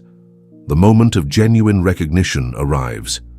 The moment when the new identity's full presence is called for, and the old identity retreats. It finds a reason to deflect the recognition. It diminishes the achievement. It redirects the attention back to someone else. It presents the practiced language of the person who is not quite ready to be fully seen, and the visibility that was arriving, the kind of recognition that creates further opportunity, is turned back by the old mind's insistence on remaining in the safety of partial concealment. The door that was opening closes, and the old mind has preserved its familiar position.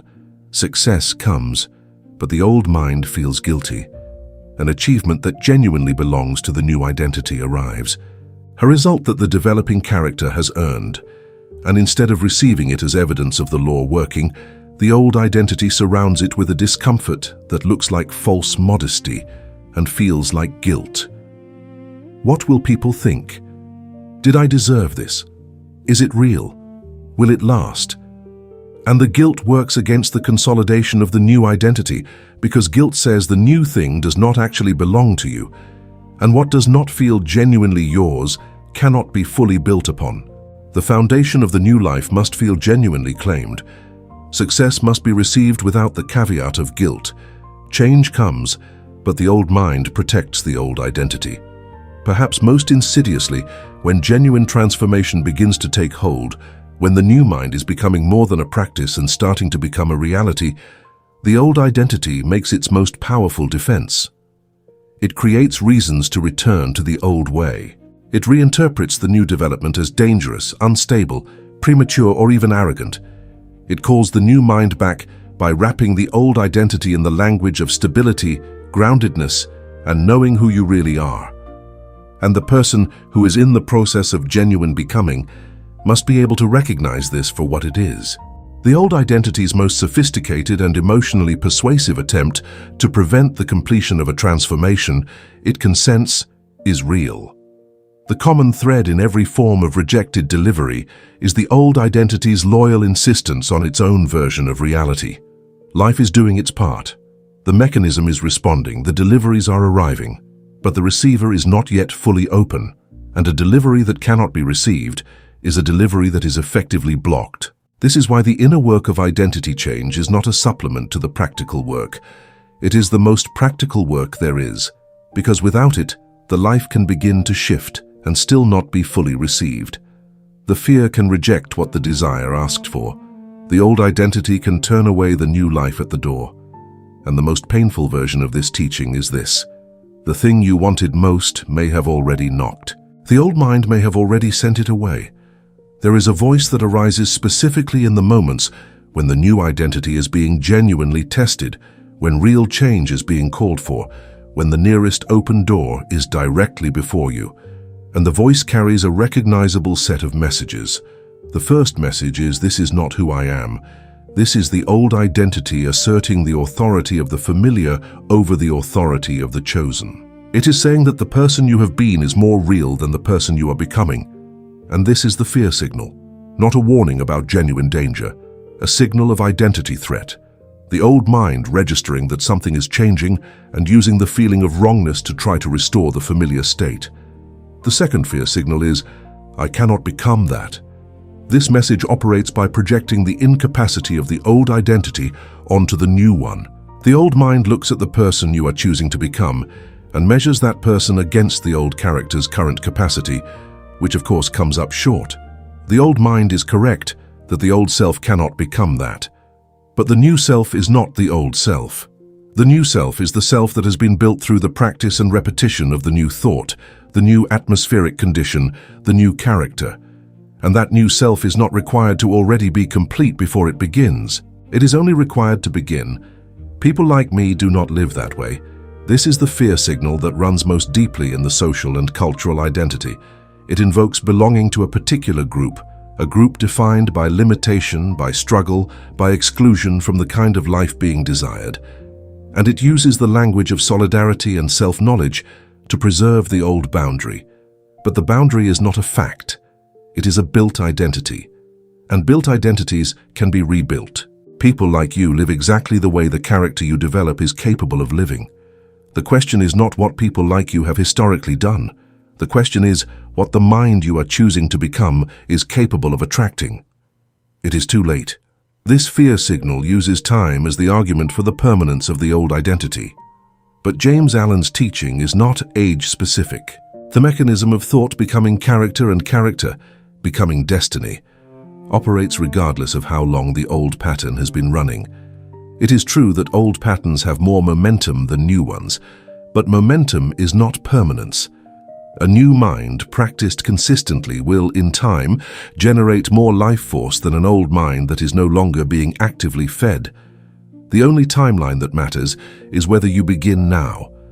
And the answer to whether it is too late is always the same. It is never too late to change the face before the mirror. The corrective line for every fear signal is the same. It is the declaration of the new identity spoken directly into the moment of the old mind's assertion. When the fear signal says you cannot become this, you say, I become the mind that belongs to the life I desire. Not as a shout, not as a performance, but as a quiet, firm, internal declaration of the direction you have chosen. This declaration does not eliminate the fear signal. It does not make the old mind go silent, but it refuses to grant the fear signal the authority it is claiming. It names the direction. It reasserts the choice. It takes the identity back from the fear and places it back in the hands of the becoming. When the fear signal arises and the old identity asserts its authority, there is a specific practice that the new mind deploys. Not a fight with the old mind, not a performance of forced positivity, but a clean and deliberate four-step return to the new identity. The practice begins with catching the old identity thought, not judging it, not shaming yourself for it, simply noticing it with the clarity of someone who has learned to recognize the old pattern when it runs. I see you. I know what you are. You are the old mind asserting the familiar. And the seeing itself begins to reduce the automatic authority of the old pattern. You cannot redirect what you have not first noticed. Once the old identity thought has been caught, ask, what mind am I becoming right now? Not what mind am I performing?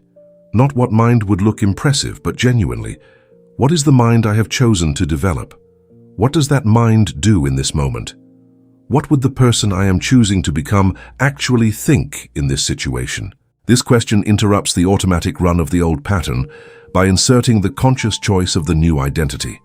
And the insertion of conscious choice is the precise location where transformation actually happens. Not in the planning stages, not in the comfortable hours, in the moment of actual pressure when the choice is real and the stakes are felt. Choose the new thought. Having identified the old thought and invoked the new identity, choose the specific thought that belongs to the new mind in this moment, not a general affirmation, a specific return. If the old thought is that money always leaves, the new thought is that the source supplies through channels I have not yet seen. If the old thought is that I am not worthy of this opportunity, the new thought is that the mind I am becoming belongs to opportunities like this. Choose the specific return. Practice the specific thought. The specificity is what makes the practice real rather than general. General practices dissolve. Specific practices build. Speak from the new mind. This step moves the practice from interior to external. Take the new thought and express it in some form of speech or action. You do not have to announce the correction to anyone else, but you speak from the new identity in some way that is concrete. You say something that the new mind would say. You make a request that the new mind would make. You offer something that the new mind would offer. The external expression of the new internal state is what closes the loop between thought and life. The spoken word from the new mind is a face being placed before the mirror, and the mirror will begin to reflect it. Take one action from the new mind. Following the speech, take one action. One visible, embodied, committed action that belongs to the new identity, not the complete plan. One action, the nearest available action from the perspective of the person you are choosing to become. This one action does not have to change everything, but it has to be real. It has to cost the old identity something, some comfort, some familiar safety, some habitual retreat. And in costing the old identity something, it gives the new identity something. It gives it evidence. It gives it experience. It gives it one more confirmed instance of the new mind acting in the world. And that confirmation is the nutrition of genuine becoming. Repeat until the new mind feels natural. This is the final and most important instruction of the correction practice. The practice does not produce overnight transformation. It produces cumulative transformation. Each instance of catching the old thought, invoking the new identity, choosing the new thought, speaking from the new mind, and taking one new action is one repetition in the building of the new character. And character is built by repetition. Just as the old character was built by thousands of unconscious repetitions of the old pattern, the new character is built by thousands of conscious repetitions of the new one. Repeat until the new mind no longer requires correction. Repeat until the new mind is the natural home. The identity you are building through this teaching is not a new set of opinions about money. It is a new relationship with the inner cause of all outer conditions, including the financial ones. You are becoming a conscious former of mind, not someone who hopes that positive thoughts will accidentally produce positive results. A person who understands the precise mechanism by which inner state creates outer life, and who takes responsibility for developing and sustaining the inner state that belongs to the life they desire. This is the new financial identity, not richer by luck, but wealthier by law. Not supplied by accident, but supplied by the precision of the inner mechanism responding to the new mind. You do not chase the reflection. This is the new financial identity's most liberating practical reality. You no longer exhaust yourself trying to manage every financial circumstance from the outside. You do not panic at every closed door. You do not desperately pursue every potential source of visible supply while your inner state broadcasts fear. You have learned where the leverage actually is. You work on the inner cause. You develop the mind that belongs to financial peace, financial clarity, financial trust, and financial action. And from that inner development, the outer conditions begin to shift in proportion to the genuine depth of the inner change. You become the cause, not the victim of the reflection, not the passive recipient of whatever life happens to deliver. The conscious and active developer of the inner state that the mechanism of life responds to. Every day that you choose the new thought over the old one, you are being the cause. Every day that you speak from the new identity instead of the old one, you are being the cause. Every day that you take one action from the new mind, you are being the cause. The accumulation of those choices is the accumulation of the new character. And the new character is the cause of the new life. You are building it, you are the cause. Your mind becomes the atmosphere your life responds to. This is the summary of the entire James Allen Law as it applies to the financial and material life. The atmosphere of the mind is what life is reading and reflecting at every moment. A mind that has built an atmosphere of lack and fear will have a life shaped accordingly, not because it deserves punishment, but because the mechanism is precise and faithful. A mind that has built an atmosphere of trust, expectation, dignity, and openness to receiving will have a life that shifts accordingly. The mind is the atmosphere is the signal, and the signal, sent consistently from the new mind, will be received by the source and reflected in the life. This new financial identity does not require you to pretend that present circumstances are not what they are.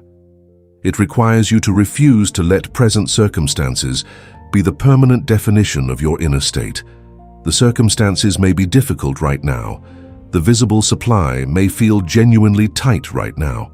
The old identity's case file of evidence for continued lack may feel compelling right now. And you are called to look at all of that clearly, without denial, and still choose the new mind. Not because the new mind magically dissolves the present difficulty, but because the new mind is the only thing capable of beginning the process by which present difficulty is replaced by a different and better present. The new financial identity is the identity of someone who has stopped making the outer world responsible for the quality of the inner world. You are no longer waiting for the money to arrive before you inhabit the atmospheric condition of someone who is genuinely and spiritually connected to the infinite supply of the source. You are building that atmospheric condition now in advance of the outer evidence as the cause of the outer evidence. This is the reversal of the old order, not outer first, then inner first, then outer, and that reversal, once genuinely made, is the beginning of a financial life that is grounded in something that visible circumstances cannot easily take away. This teaching has built itself in layers, and it is worth pausing now to see the complete architecture of what has been revealed. The first truth is the one the Master placed at the foundation of everything. Wanting is not becoming. Desire is the recognition of possibility. But possibility must be converted into identity, into character, into the repeated inner state that makes the desired life a natural consequence rather than an accidental arrival. The strength of the desire does not, by itself, produce the life. The depth of the becoming does. The second truth is that thought becomes character, not a thought held once in the heat of inspiration, a thought returned to consistently in the ordinary and private moments of daily life becomes the atmospheric condition of the mind. And the atmospheric condition of the mind is what character is made of. The fearful atmosphere produces fearful character. The expectant atmosphere produces expectant character. And the character once formed governs the choices, the habits, and the quality of action from which the visible life is constructed. Character becomes action, and the action that flows from genuine character is different in quality from the action that is forced by strategy against an unchanged inner state. Character-based action carries the energy of the identity behind it. It is committed rather than tentative. It is clear rather than hesitant. It is natural rather than performed. And the world responds to the quality behind the action, not only the external form of it. Character is what makes the same external action produce different results in different people. The action of the new character builds forward. The action of the old character rebuilds the old life. Action becomes life. The visible life is the accumulated expression of the habitual action, and habitual action is the accumulated expression of the character, and character is the accumulated expression of the repeated thought. The life you are living right now is the current state of this sequence, and the life you will be living in the future will be the future state of this same sequence, modified precisely to the degree that you have changed the sequence at its root. Change the thought, change the character, change the action, and the life must change accordingly. This is not inspiration, this is mechanism. Life mirrors the repeated mind. The outer world does not lead the inner world, it follows it. Always, with precision, the financial conditions, the relational conditions, the conditions of opportunity and recognition and daily experience, they are the reflection, and the face before the mirror is the repeated mind. This was the central diagnosis of the entire teaching, and the central prescription was not to work harder on the reflection, but to change the face. The mirror has no choice but to respond to what stands before it. Change the face and the mirror responds. This is the law. This is the certain way of James Allen. Become the mind, and life begins to change. Not immediately in every outer detail, but fundamentally, in direction, in quality, in what the mechanism of life is working with. When the new mind becomes the repeated mind, when the new character begins to govern the choices, when the new atmospheric condition becomes the normal inner weather, life begins to organize itself around a different center. The source, which was never absent, which was always responding precisely to the inner state, begins responding to a new inner state. And the life that assembles itself in response to the new mind is the life that the old mind could not have built, planned, or forced into existence. It grows from the new cause like fruit from a changed root. You do not need to become a different person completely and instantly. That is not what this teaching demands. The law does not require perfection before it begins to work. It requires direction. It requires consistent return to the new mind, even imperfectly, even partially, even in the face of the old identity's persistent reassertion. Every return to the new mind, however brief, however imperfect, is the mechanism working. Every choice made from the new identity, however small, is the character building. You are not failing because the transformation is not complete. You are succeeding because the direction has genuinely changed. And direction sustained is what the mechanism works with. Be patient with the outer lag.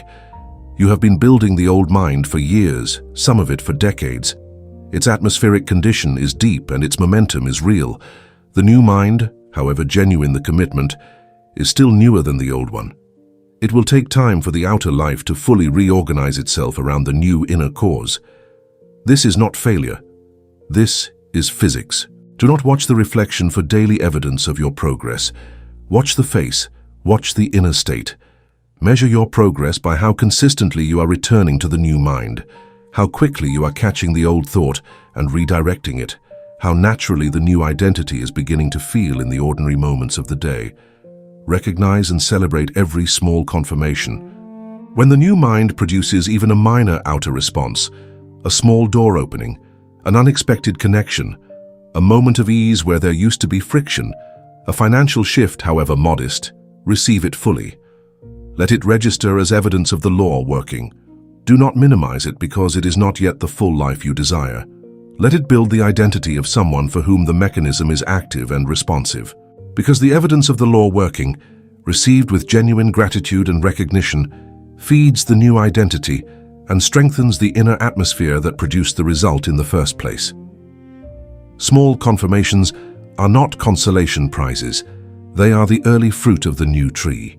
The moments when the old mind surges back most powerfully are often the moments just before a genuine breakthrough. This is important to know, because without that knowledge, the most intense moment of the old mind's resistance can feel like evidence that the new mind is not working. It is not. The intensity of the old identity's resistance is often in proportion to the proximity of the genuine change.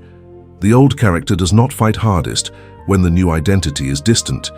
It fights hardest when the new identity is becoming real enough to actually replace it. When the resistance surges, do not interpret it as defeat. Interpret it as confirmation that something genuine is developing. The inner work you are doing is not invisible even when the outer world has not yet fully reflected it. The people who are attuned to the inner reality of others will begin to sense something different in you. They will sense the shift in atmospheric condition before it has fully expressed itself in visible circumstances. They will respond to the changing face before the mirror has fully updated the reflection. And these early responses, however subtle, are the first movements of life beginning to organize itself around the new cause. Notice them. Receive them. Let them confirm what the inner work is building. You are already in the process of becoming. The commitment made in this teaching, the decision to stop chasing the reflection and begin working on the face, that decision, however new, is already a movement of the new identity. You have already taken a step that the old mind would not have taken. You have already chosen a different direction, and the mechanism of life which responds to direction as much as to destination is already beginning to adjust its response to the new signal. You are not starting from nothing. You are starting from a genuine choice. And a genuine choice held and practiced and built upon is the seed of an entirely different life. Here is the challenge this teaching asks you to carry into the next 7 days. Each morning, before you do anything else, before you check anything, before you begin managing the outer world, ask yourself one question. Write it down if it helps. Carry it with you through the day. Return to it when you feel the pull of the old mind. The question is this: what kind of mind would naturally attract the life I say I want? Not what actions would produce that life, not what strategy would force that life. What mind, what inner character, what atmospheric condition, what repeated thought? What emotional home would the person who naturally lives that life inhabit? Ask this question honestly every day for 7 days. After asking the question, identify one thought from that mind and practice returning to it throughout the day. When the old thought arises, notice it and return to the new one. Not with force, not with self-judgment, but with the quiet and firm consistency of someone who has chosen a direction and is practicing walking in it. Then identify one word, one sentence, one thing you can say today from the identity of the new mind. Say it. Speak it into a real conversation, a real situation, a real moment. Let the new mind be expressed in language, and then identify one action, one concrete and specific action that the person who naturally belongs to your desired life would take today. Take it. Walk through that nearest door. 7 days of this practice will not complete the transformation.